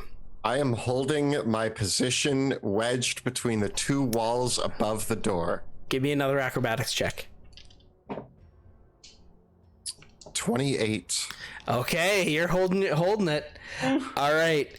The guard, he fumbles around and he takes out his mace and he swings it in a wide arc, and just all sort of around him, sweeping around, and it looks like Rudy's still invisible, so he doesn't hit anything at all as he does so. The Chamberlain, he looks about and he listens closely, and he's like, you hear him, his ears twitch for a moment, and he says, "There's someone here, someone." And he kind of eyes about the room, and there's a brief moment as Wilhelm, give me a stealth check with disadvantage. Disadvantage. Because you're yeah. With disadvantage, I get an 18. Okay. A bead of sweat I'm imagining like you're holding yourself, and like a bead of sweat drops off and like just drops with a splash on the stairs, and the Chamberlain looks. There's more than one. They're invisible. They're using magic. I know it. I can smell it. Chamberlain. Rudy, what are you gonna do? Okay. Are they looking up the stairs? They the guard is the Chamberlain is holding his position at the bottom of the stairs, and the guard is sweeping around looking for something. Okay. I want to try to move. Will shoving them make me not invisible anymore? That will be an attack, yes. Yeah, okay. Then I want to try to... What do I want to do? Move past so I can get to the bottom of the stairs, just so I can see down this hallway. Okay. With the guard in their position, I will need an acrobatics check. If you don't want to bump into him, I'm going to need an acrobatics check, and I'm going to need a pretty high check for you to get past him. Like, it's one thing to just get past him. Yeah. It's another thing to get past him without touching him. So what are you trying to do? Get past him or get past him without touching him? Get past him. You don't care if you touch him? No. Okay. Give me an acrobatics check. Okay. Ooh. 13. With him swinging his weapon about, you're not able to get past him. Okay. Then I'm just going to consider that your move, like that's like you trying to move past him with your movement. Okay. And so with that, as you try to get past him, you brush right up against him. He's like, and he almost kind of starts to push against the air, and he definitely knows that you are there. Okay. He can't see you, but he knows that you're there. And how far up is this tower? This flight of stairs goes, this tower itself would be about, the level that you're on would be about above 60 feet above ground level. Okay. Then what I am going to do is, can I see this window right here? You can, from there, yes, you can see that window. How about this window? No. No? Okay. No. And are there ledges on the window? Yeah, there's the windows of a castle like this would not have exterior ledges for probably the exact reason you're thinking of. Right? So so the way the architecture of the windows are often built in this way is that usually they have a slope going in from the outer wall towards the window. So that's the nature of them. So no, there is actually not an exterior ledge. Okay. And is there any, I guess I can't see really into the room. Okay. I'm gonna move up the stairs, actually. Okay, you move up the stairs to where Wilhelm is at the bottom of the door. Yeah. Okay. And is the door locked? Can I try? I locked the door again. I want to try to open it. Okay, you can try to with what? Are you just going to try to batter it open? Yeah. Okay, that will be an. No, I wanna like shake the handle. I don't want to like body check it, but I really want to shake it. Okay, you just okay, so you spend an action shaking the door, but are you actually trying to open it with that or not? I want to see if it's unlocked or if he actually locked it. He did lock it. Okay. Then I guess I will bash it open. Okay, this will make you visible. Okay. Okay, make an attack roll.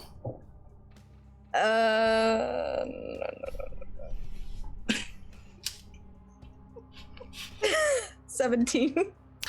You hit the door, roll damage.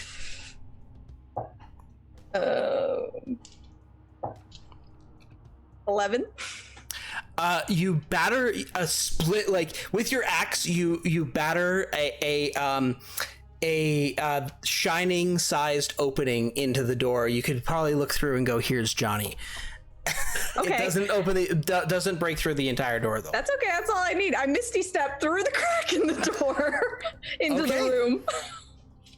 Okay, so the guard sees you as you bring your axe into the door, and there's a shocked moment as you disappear with Misty Step through the door. And you just hear the Chamberlain utter the words, "What's she doing? Get her!" Wrath, it's your turn. Oh boy. So I hear a smash. Yeah. And a pop and and then he yells out, "What's she doing? Get her." Yeah. I'm gonna give chase. I'm going to as a good Samaritan, I'm going to start running past the guard and up the stairs, trying to get a beat on him. Okay, you can give me a acrobatics check to try to get past the guard and the Chamberlain.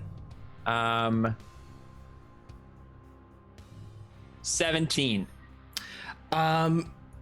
Yeah, you're able to muscle past them, but in the process, as you start to muscle past and they realize this, they see what's like they've started to put together what's going on, and the Chamberlain draws a knife and stabs you in the back.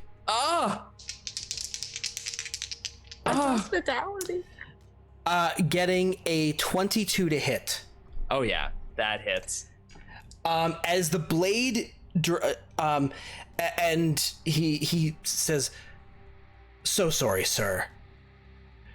As the blade comes down into you, you feel the poison coursing through your body. Make a Constitution saving throw. Oh no. 21. That's a successful Constitution saving throw, so it's going to be half of 76. So it would have been 27 poison damage. So that's 13 poison damage and 8 stabbing damage. So 21 damage total. 13, 8. Ow. So he just drives this. Drives this poison knife into your into your back, and you run out of movement there because otherwise you would have provoked an attack of opportunity from the guard as well. Oh, okay. So I still get stabbed, but I get up the stairs a little bit. Yeah, you do. Okay. Yeah, Okay. That's because their squares are considered difficult ground. That's about the furthest you can go. Okay. I'm going to. Oh boy. And make a concentration check for your invisibility. Oh yeah. What did I have to beat? It would be 10 or half the damage dealt, so it would be DC 11. I got a 10. So that's a fail. So. Oh, here I am on the roof again, on the ceiling, hanging out. I guess I'm just gonna throw a hypnotic pattern in the room. So Bruce runs off to the side, and so I'm just gonna turn around and just drop a hypnotic pattern, and I'm gonna try to get the guard, the DeVries, and the help. Okay. DeVries succeeds his saving throw. Son of a junk. The guard only gets a 4, and the help gets a natural 1. Yeah, so there's a 16. Okay, so I got 2 of them. And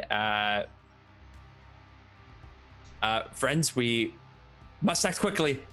And that's my turn. Okay. With that, we go to the housekeepers, who are one of which is incapacitated. But fortunately, there's more here. So she can't do anything. So Wilhelm, it's your turn. Now that I'm discovered, I drop down and push past Wrath and stand kind of using the guard as a human shield, since the guard is has been hypnotized, and I pull out my crossbow and I point it at the Chamberlain, and I'm going to try this. We'll see if it works, but I point it at the Chamberlain. I'm like, Chamberlain, we need to talk. Drop the hostility, and we need to have a conversation. He says, there's a stroke of lightning that strikes through the house. And as the rain begins to come down and the clock begins striking at the 11th hour, and he says, a shame, really. The Countess very much enjoys playing her little games, but it seems like you couldn't leave well enough alone and enjoy your final moments. It is what it is. And as the lightning strikes, there's a brief moment as the lightning arcs through the halls and the fires of the torches flicker for a brief moment. And instead of the briefest split second, instead of the immaculate house that you've seen before you, you see ruin. You see burnt walls. You see dilapidated furniture. You see the guard with rusted armor and a rotting face.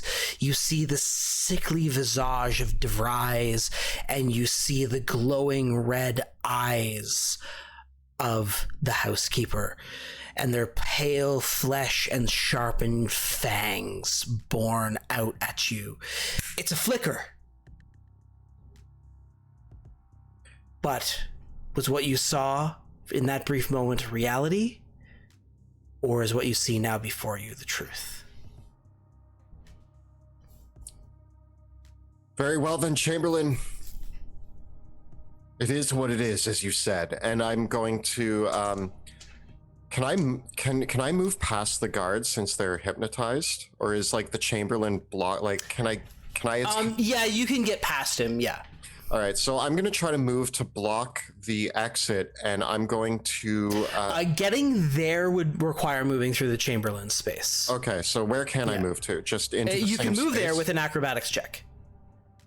Okay, let me try it. Oh, that's a 13. Okay, so you can't go there. All right, so you can go on the other squares on the other side of him, but you won't be able to get past him there. Okay, so then I'm going to attack him with my blade. Okay.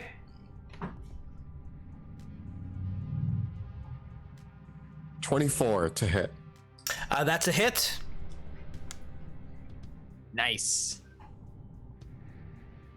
In this instance, I guess another creature is within 5 feet of me, so I do not get sneak attack, do I? Correct. Oh, nuts. This is going well. And Houdini's there. Underneath the guard. Oh, Houdini is there, but Houdini did not... Yeah, I'm gonna say no, unfortunately, in this case. Okay. So that's going to be a solid 7 damage. Okay. And then I kick back away and knock over the tea on the table. Okay, the tea clatters with a crash. Okay. Well, with that, we actually, the guard is incapacitated, so we go to the Chamberlain, who pulls out another dagger, and he, and as he pulls out another dagger and flips it into the air, he places one of his hands and feet on the wall, and like a spider clambers up the wall over the guard onto, and then drops down with the other dagger onto Wrath. Again? Getting a 23 to hit. Oh yeah. Actually, in this one moment, I'll take the hit. Take the hit. Cool. So that is a hit. It's going to be 5 points of stabby damage, and here comes the poison again, buddy. Can I roll against it? Yep, need a con save. Okay. Does a creature that's incapacitated still affect sneak attack? No, they have to not be incapacitated. So he's incapacitated, so I would have gotten sneak attack. Or no, no, because the swashbuckler thing doesn't care if the creature's incapacitated or not. All right. Yeah. I got a big old 6. That's a fail against the poison damage. So Wrath, that is going to be 25 poison damage, 30 damage total. I need another concentration check for hypnotic pattern there, bud. Yep. Here we go. Actually, I got a 21. Oh, the pattern stays in place. I needed that for this. He palms the other dagger and stabs you again. No! This time only getting a 16 to hit. Oh, that's all he needs. Probably could have done worse too. For another, this one is just going to be another 8 points of damage, but I do need one more concentration check. 16. Okay, we're good. Okay, We're good. you're good. So 38 damage. Okay. Cool. And for a moment, okay. Down the hallway, the other two guards drop their weapons, drop down onto all fours, and already tearing at bits of their armor, their claws come out, their tongues elongate, and they slather and rush down the hallway, crying, "Ah!"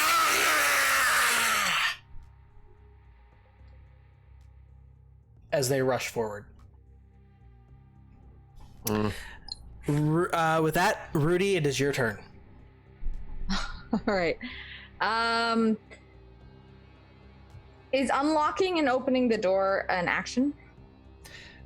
From this side, unlocking and opening the door, it'll be an interaction to open the door from this side, because you can just pull the latch. Okay, I want to do that.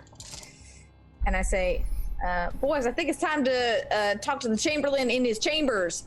And I go and I want to essentially grab the Chamberlain around his arms and pull him into his room. You would have to get all the way over to Wrath. Wrath is occupying the space there, and so you would need to move into Wrath's space on the stairs. So you can grab him, but I'm going to give you disadvantage on the roll because this is not ideal circumstances. It's just too crowded here. Always in the way.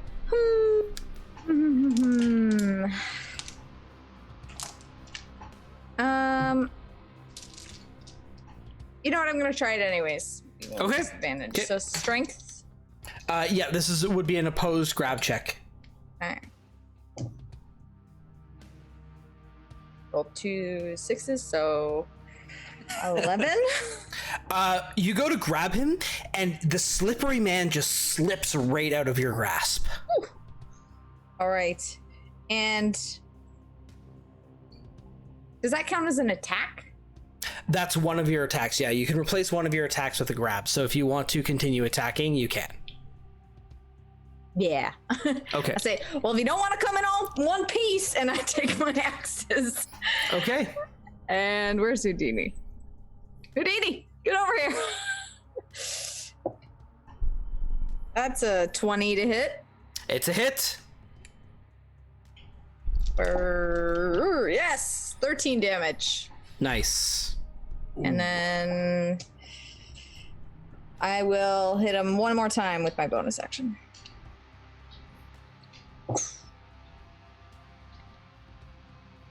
Uh, 15 to hit. That is a hit. Yeah, that's right. Yeah. 8 damage. Nice. Very good. So with Rudy, we now go to the very wounded Wrath. I'm fine. Everything's fine. I'm going to. So he's spider climbed. So I've seen this man spider climb like the side of a wall and stab me multiple times with poison daggers. Yeah. I'm going to. So the door is open now? Yes. Yeah, Rudy, open the door. I want to disengage with this lovely gentleman. Okay. And I'm going to try to push past Rudy and get into his chambers. Okay. In that case, what I will do is I have the other map there. So we'll just pull your token, just drop your token in the dark area over there, and we'll just know that so you disengage, you run away. So yeah, I get out of there and I sort of like collapse in the other room, sending Bruce. He's in the room with Wilhelm, and he's going to fly up and help. He's going to start to go underneath the guard and help Wilhelm. Cool. Sounds good to me. Against DeVries. Okay. So, the housekeeper is incapacitated. Wilhelm, it is your turn. I roll back over to the stairwell. I can't occupy the same space as the guard, though, right? No. So I can't get up to the Chamberlain. No. So then I'm just going to take a shot. I'm going to roll so that I'm like over here, and I'm going to take a shot at the Chamberlain past the guard. Okay. Nice. Okay. So can Bruce help him with that? Yep. Nice. All right. So that gives me advantage. Get him. Shoot him with the ballista mode. It's probably helpful. I get a 25 to hit. That is a hit. And I'm going to sneak attack.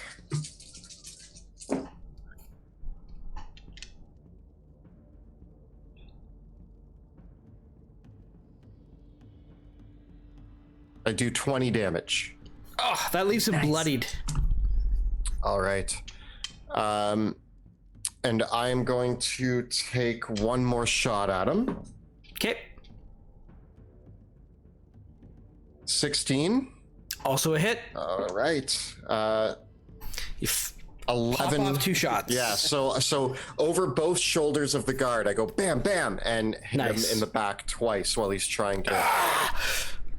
Yeah. Okay. Great. That's Wilhelm. So the Chamberlain, he is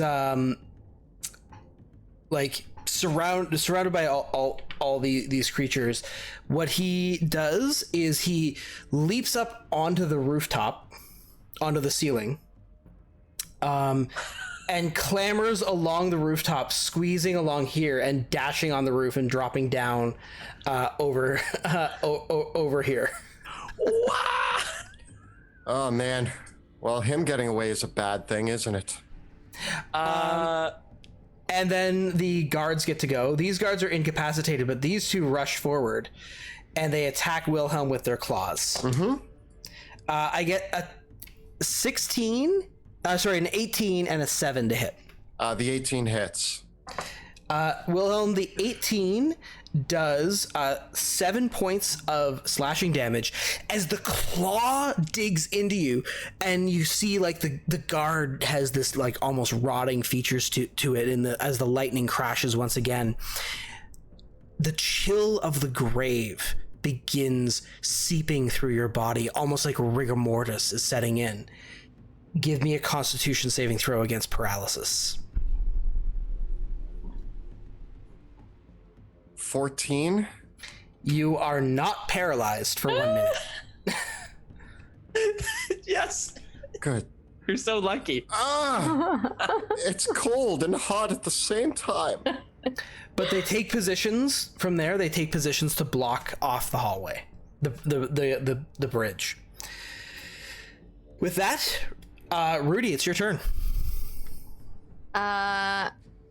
Okay, I'm gonna come down the stairs, and I see these two guards.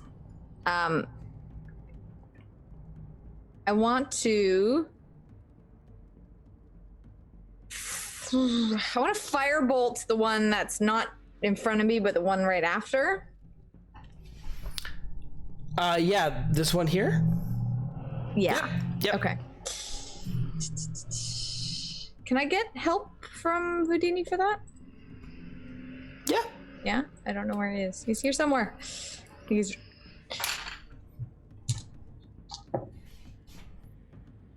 $21 to hit. It's a hit. Nice.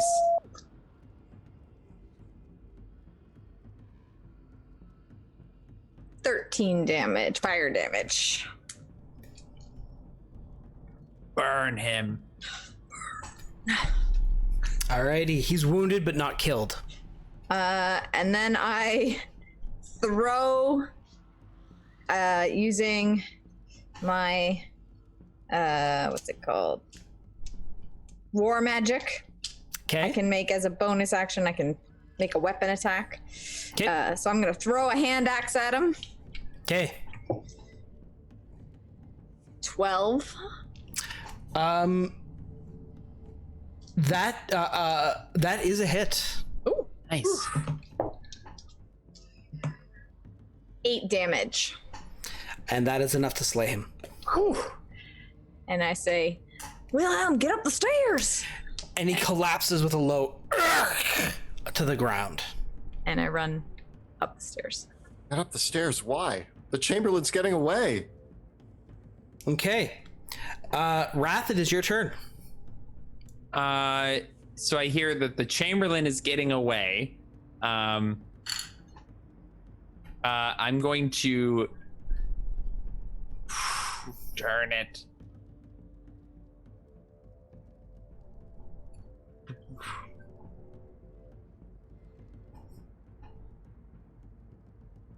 And I'm now in the room with you. Like, what would be... That's just too scary. I've seen it done already today. I'm going to try to spider climb my own way into the room. How? I want to try to run and keeping my momentum. I want to try to like wall run above the guard and try to... Are you trained in acrobatics? Train. I was born with nope. Okay. Is someone who's not trained in acrobatics is not wall running. Man. I mean, that's what I want to do in his head.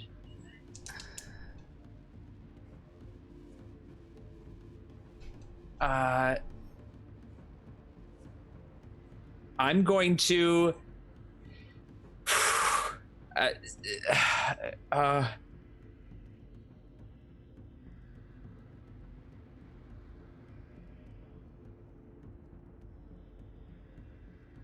chug a health potion.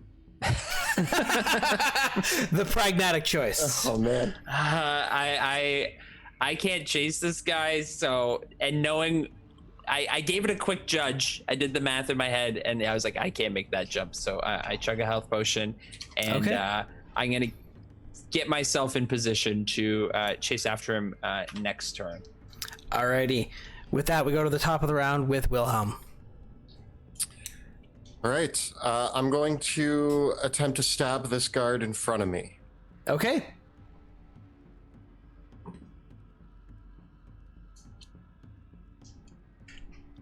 I got a 25 to hit. More than enough. Do you want to sneak attack him? Yes, I do. Okay.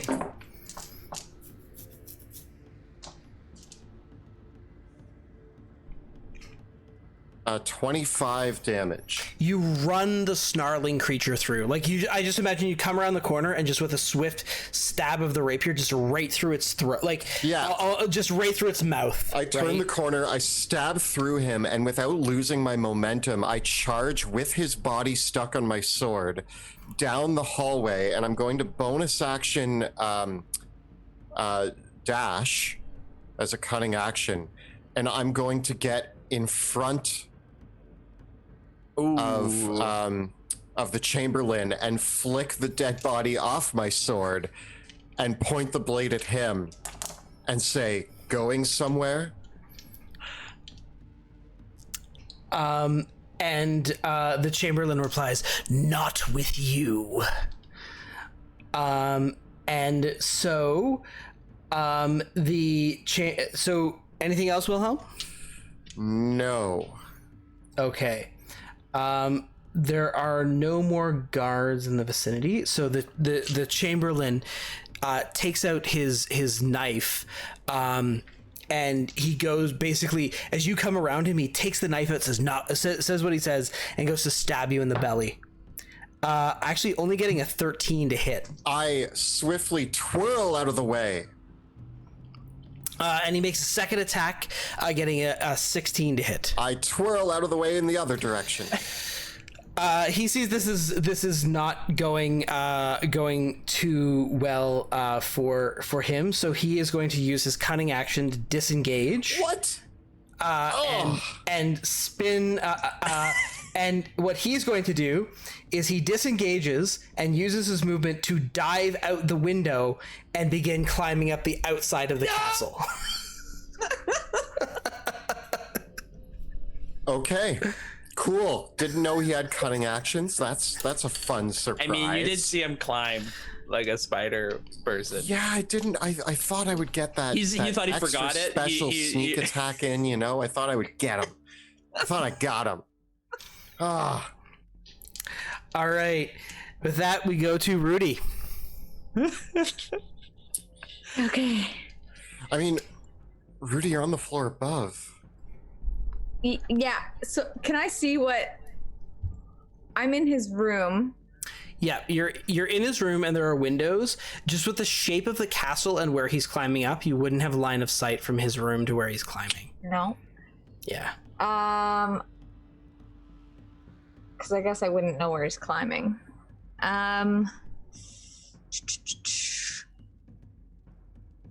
If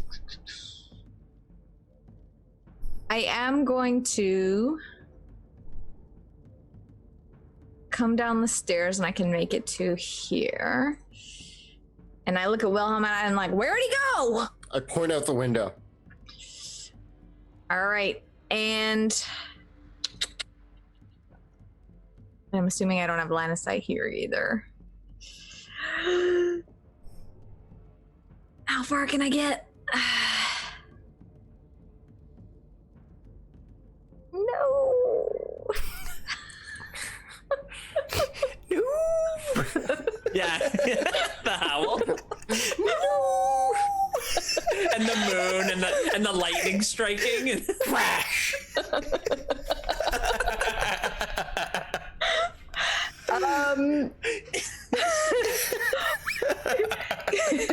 Can I see what? Okay, so what does the outside of this building look like? It's a castle. So, like, right. I mean, from I mean, okay. You seen one of those?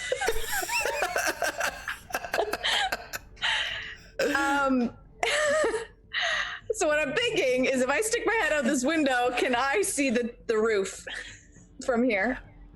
The roof of the castle? Yeah. If I stick my head out and look up. You wouldn't be able to see the roof of the castle, because again, there's several floors above it from where you are. It's too much. Yeah.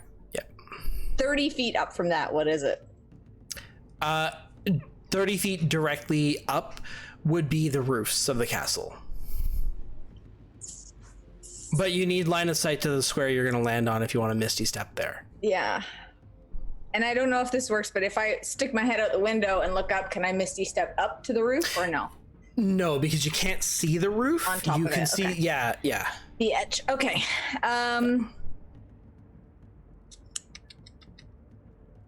I am going to do a no, I don't even need a health potion. You know what? I'm going to dash over. Okay. Because yeah. Oh, I can dash to here. Sounds good. Here. Wrath, what are you gonna do, bud? So I'm upstairs, and I want to come back down the stairs. Is this a window right here? Right there. Yes, that is a window there. If I look out that window, can I see Spider Boy? Yes, he has cover, but you can see him. I shoot him with an Eldritch Blast. Okay. So I take a shot at him on the side of the castle. Okay. I get an 18 to hit. It's a hit. Oh. I do 12 points of force damage, and I propel him 10 feet on an angle. Flying off the castle wall and lands with a wet snap on the edge of the cliff, and then his body falls down the cliff into the water below with a splash. And I just look down the hallway. Got him. All right. So I was pulling my rope out, and I see Wrath do that, and I just start putting my rope away. Regroup. And I gesture you both to. Are we out of initiative now, or is there still? With the other two, do you want to just dispatch them? Yeah. Yes. Okay, sure. Yep, you can just dispatch them. Well, that was quite the cleanup. Quickly, we must get rid of these bodies, and we need to recover DeVries. He may have codes or access. He's all the way down there. He's in the river, hundreds of feet down, probably slowly drifting towards the lake. I don't think we're recovering that. We'll get him tomorrow. We should go check his room quickly now. All right, let's go. And I'm gonna everyone get a body. I picked the lightest one. Obviously. I picked the heaviest one. There are only two other, or no, there's the other guards. I just start shoving them out the windows. God. Crudely. I mean, as if the broken windows wouldn't be evidence that something has happened. Listen, we are in a devastating situation with a lot of vampires and other ghouls and goblins coming after us. Hiding the bodies might need to be an afterthought. We need to find Elias Drexel and get out of here. Agreed. To his room. He may have clues. And then we find the Countess. So you rush up to the Chamberlain's room. It is a well-appointed chamber with a bed that looks like it's never been slept in, and a large desk upon which are stacked several papers and maps. There's actually a globe in here and a sitting chamber, and several shelves of books, mostly books about history or administrative tasks or very formal sorts of topics. So there's the desk, he's got the bar, the books, the chest of drawers, and the bed itself. I'm going to immediately start rifling through the desk to look for any notes, journals, anything that might indicate the whereabouts, where they might be keeping a prisoner. Yeah, looking through the papers, give me a investigation check. 19. Cool. You find two things of note. First is a very detailed map of the area. And the map indicates the location. On the map are noted actually pathways to two locations. The first is the lodge, the Kesselwald Lodge. The second is to a location that is quite deep into the Kesselwald, that is simply noted as the House von Draken Crypt. I shove that paper into my pocket. And going through the other paperwork, there does seem to be the only other things that you can find are several documents, several letters that you look, and they're letters from a stonemasons guild asking what happened to the workmen that were on your job. Where are they? I'm going to take that as well. Clues. I'm just chugging health potions, trying to look over Wilhelm's shoulder, but more focused on the chugging of health potions and using my Pearl of Power. As you chug the potions, the clock, you hear the clock is striking. The midnight hour is growing close at hand. As you do, the pallor of the castle takes on an otherworldly aura as the finery of this chamber gives way into a ragged room of scattered papers and shredded tables. As the rain and thunder sound outside, an unearthly laughter echoes through the air.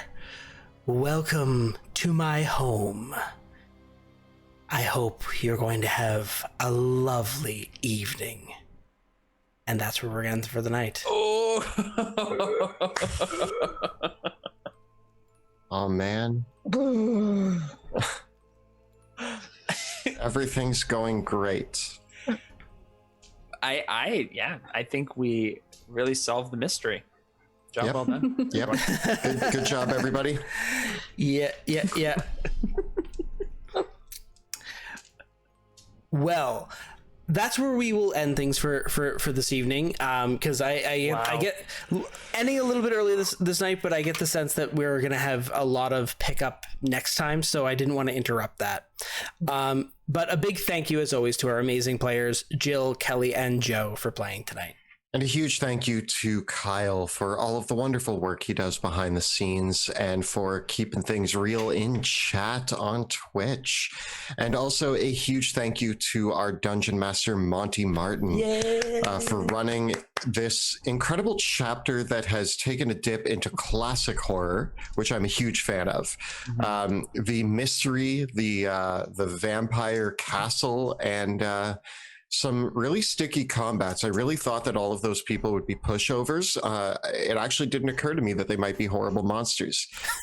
I thought that maybe they were just under a spell, but no, they were terrible and terrifying. And thank you for making it so scary.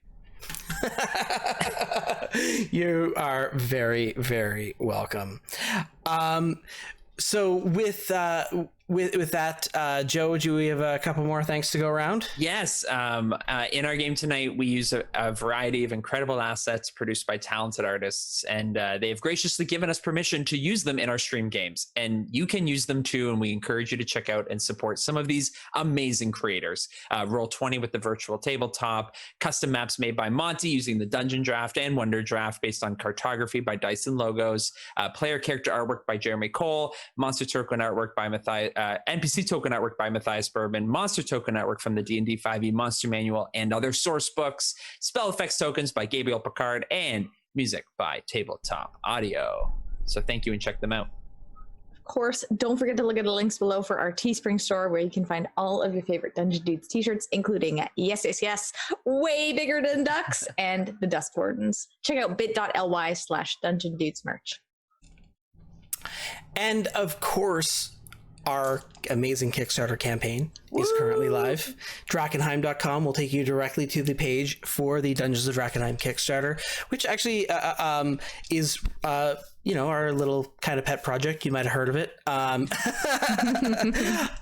So if you have enjoyed our if you've been enjoying Drakkenheim so far, whether season 1 or season 2, and you enjoy the work that we do here, please check us out on Kickstarter. Not only this has been such an amazing road, and a big thank you as well to everyone so far who has pledged. The outpouring of support from this community has been absolutely amazing and utterly and completely humbling. And despite the amazing success, with the amazing success that we've had so far, that is made possible thanks to you out there for pledging and through your support. So I am so grateful for this amazing community. There are so many amazing people part of it, not the least of which are our amazing patron supporters who have been with us for quite some time now, and we have an awesome community. If you do enjoy the work that we do here, there's plenty of ways to say that you really like the stuff that we do, whether by joining us on Patreon at patreon.com/dungeon_dudes, or by joining our Kickstarter, or both. For those of you that have done both, you are my heroes. Yeah, and one of the great things about our Patreon supporters is that we do have a Discord that is exclusive for our patrons, and you can come and hang out with us and chat. And actually, over the last week, it has been blowing up with just all of our patrons are in there, just kind of building up all the hype for our Kickstarter, which has actually been so amazing. I get to wake up every morning and just pop into the Discord, and there's just a bunch of people posting graphs and charts trying to determine how well they think the Kickstarter is going to do, and that just blows my mind. It's been such a heartwarming experience, and it's really fun to share in the excitement with our community. So if you are going to join us on Patreon, make sure to head over to Discord. We also run monthly writers rooms where you can help Monty and I come up with ideas for future episodes. We also do monthly Q&As with questions submitted by our patrons. And also, there's just so much hype in the Discord revolving around just our regular episodes, our Drakkenheim episodes, and the Kickstarter. So a lot of conversations happening in there right now. It's such an exciting place to be. And I'm just thrilled every day when I go in there and get to hang out with the amazing people who are really helping bring this whole thing to life. So thank you, and we'll see you all on Discord. Yes. Yeah, especially because on Monday we will be having our Discord writers room, which is something that we do once a month. And I think on our writers room this Monday, we're going to show some stuff from the book. Okay, yeah, I love that. Yeah, I think we're gonna show some more previews of some stuff from the book.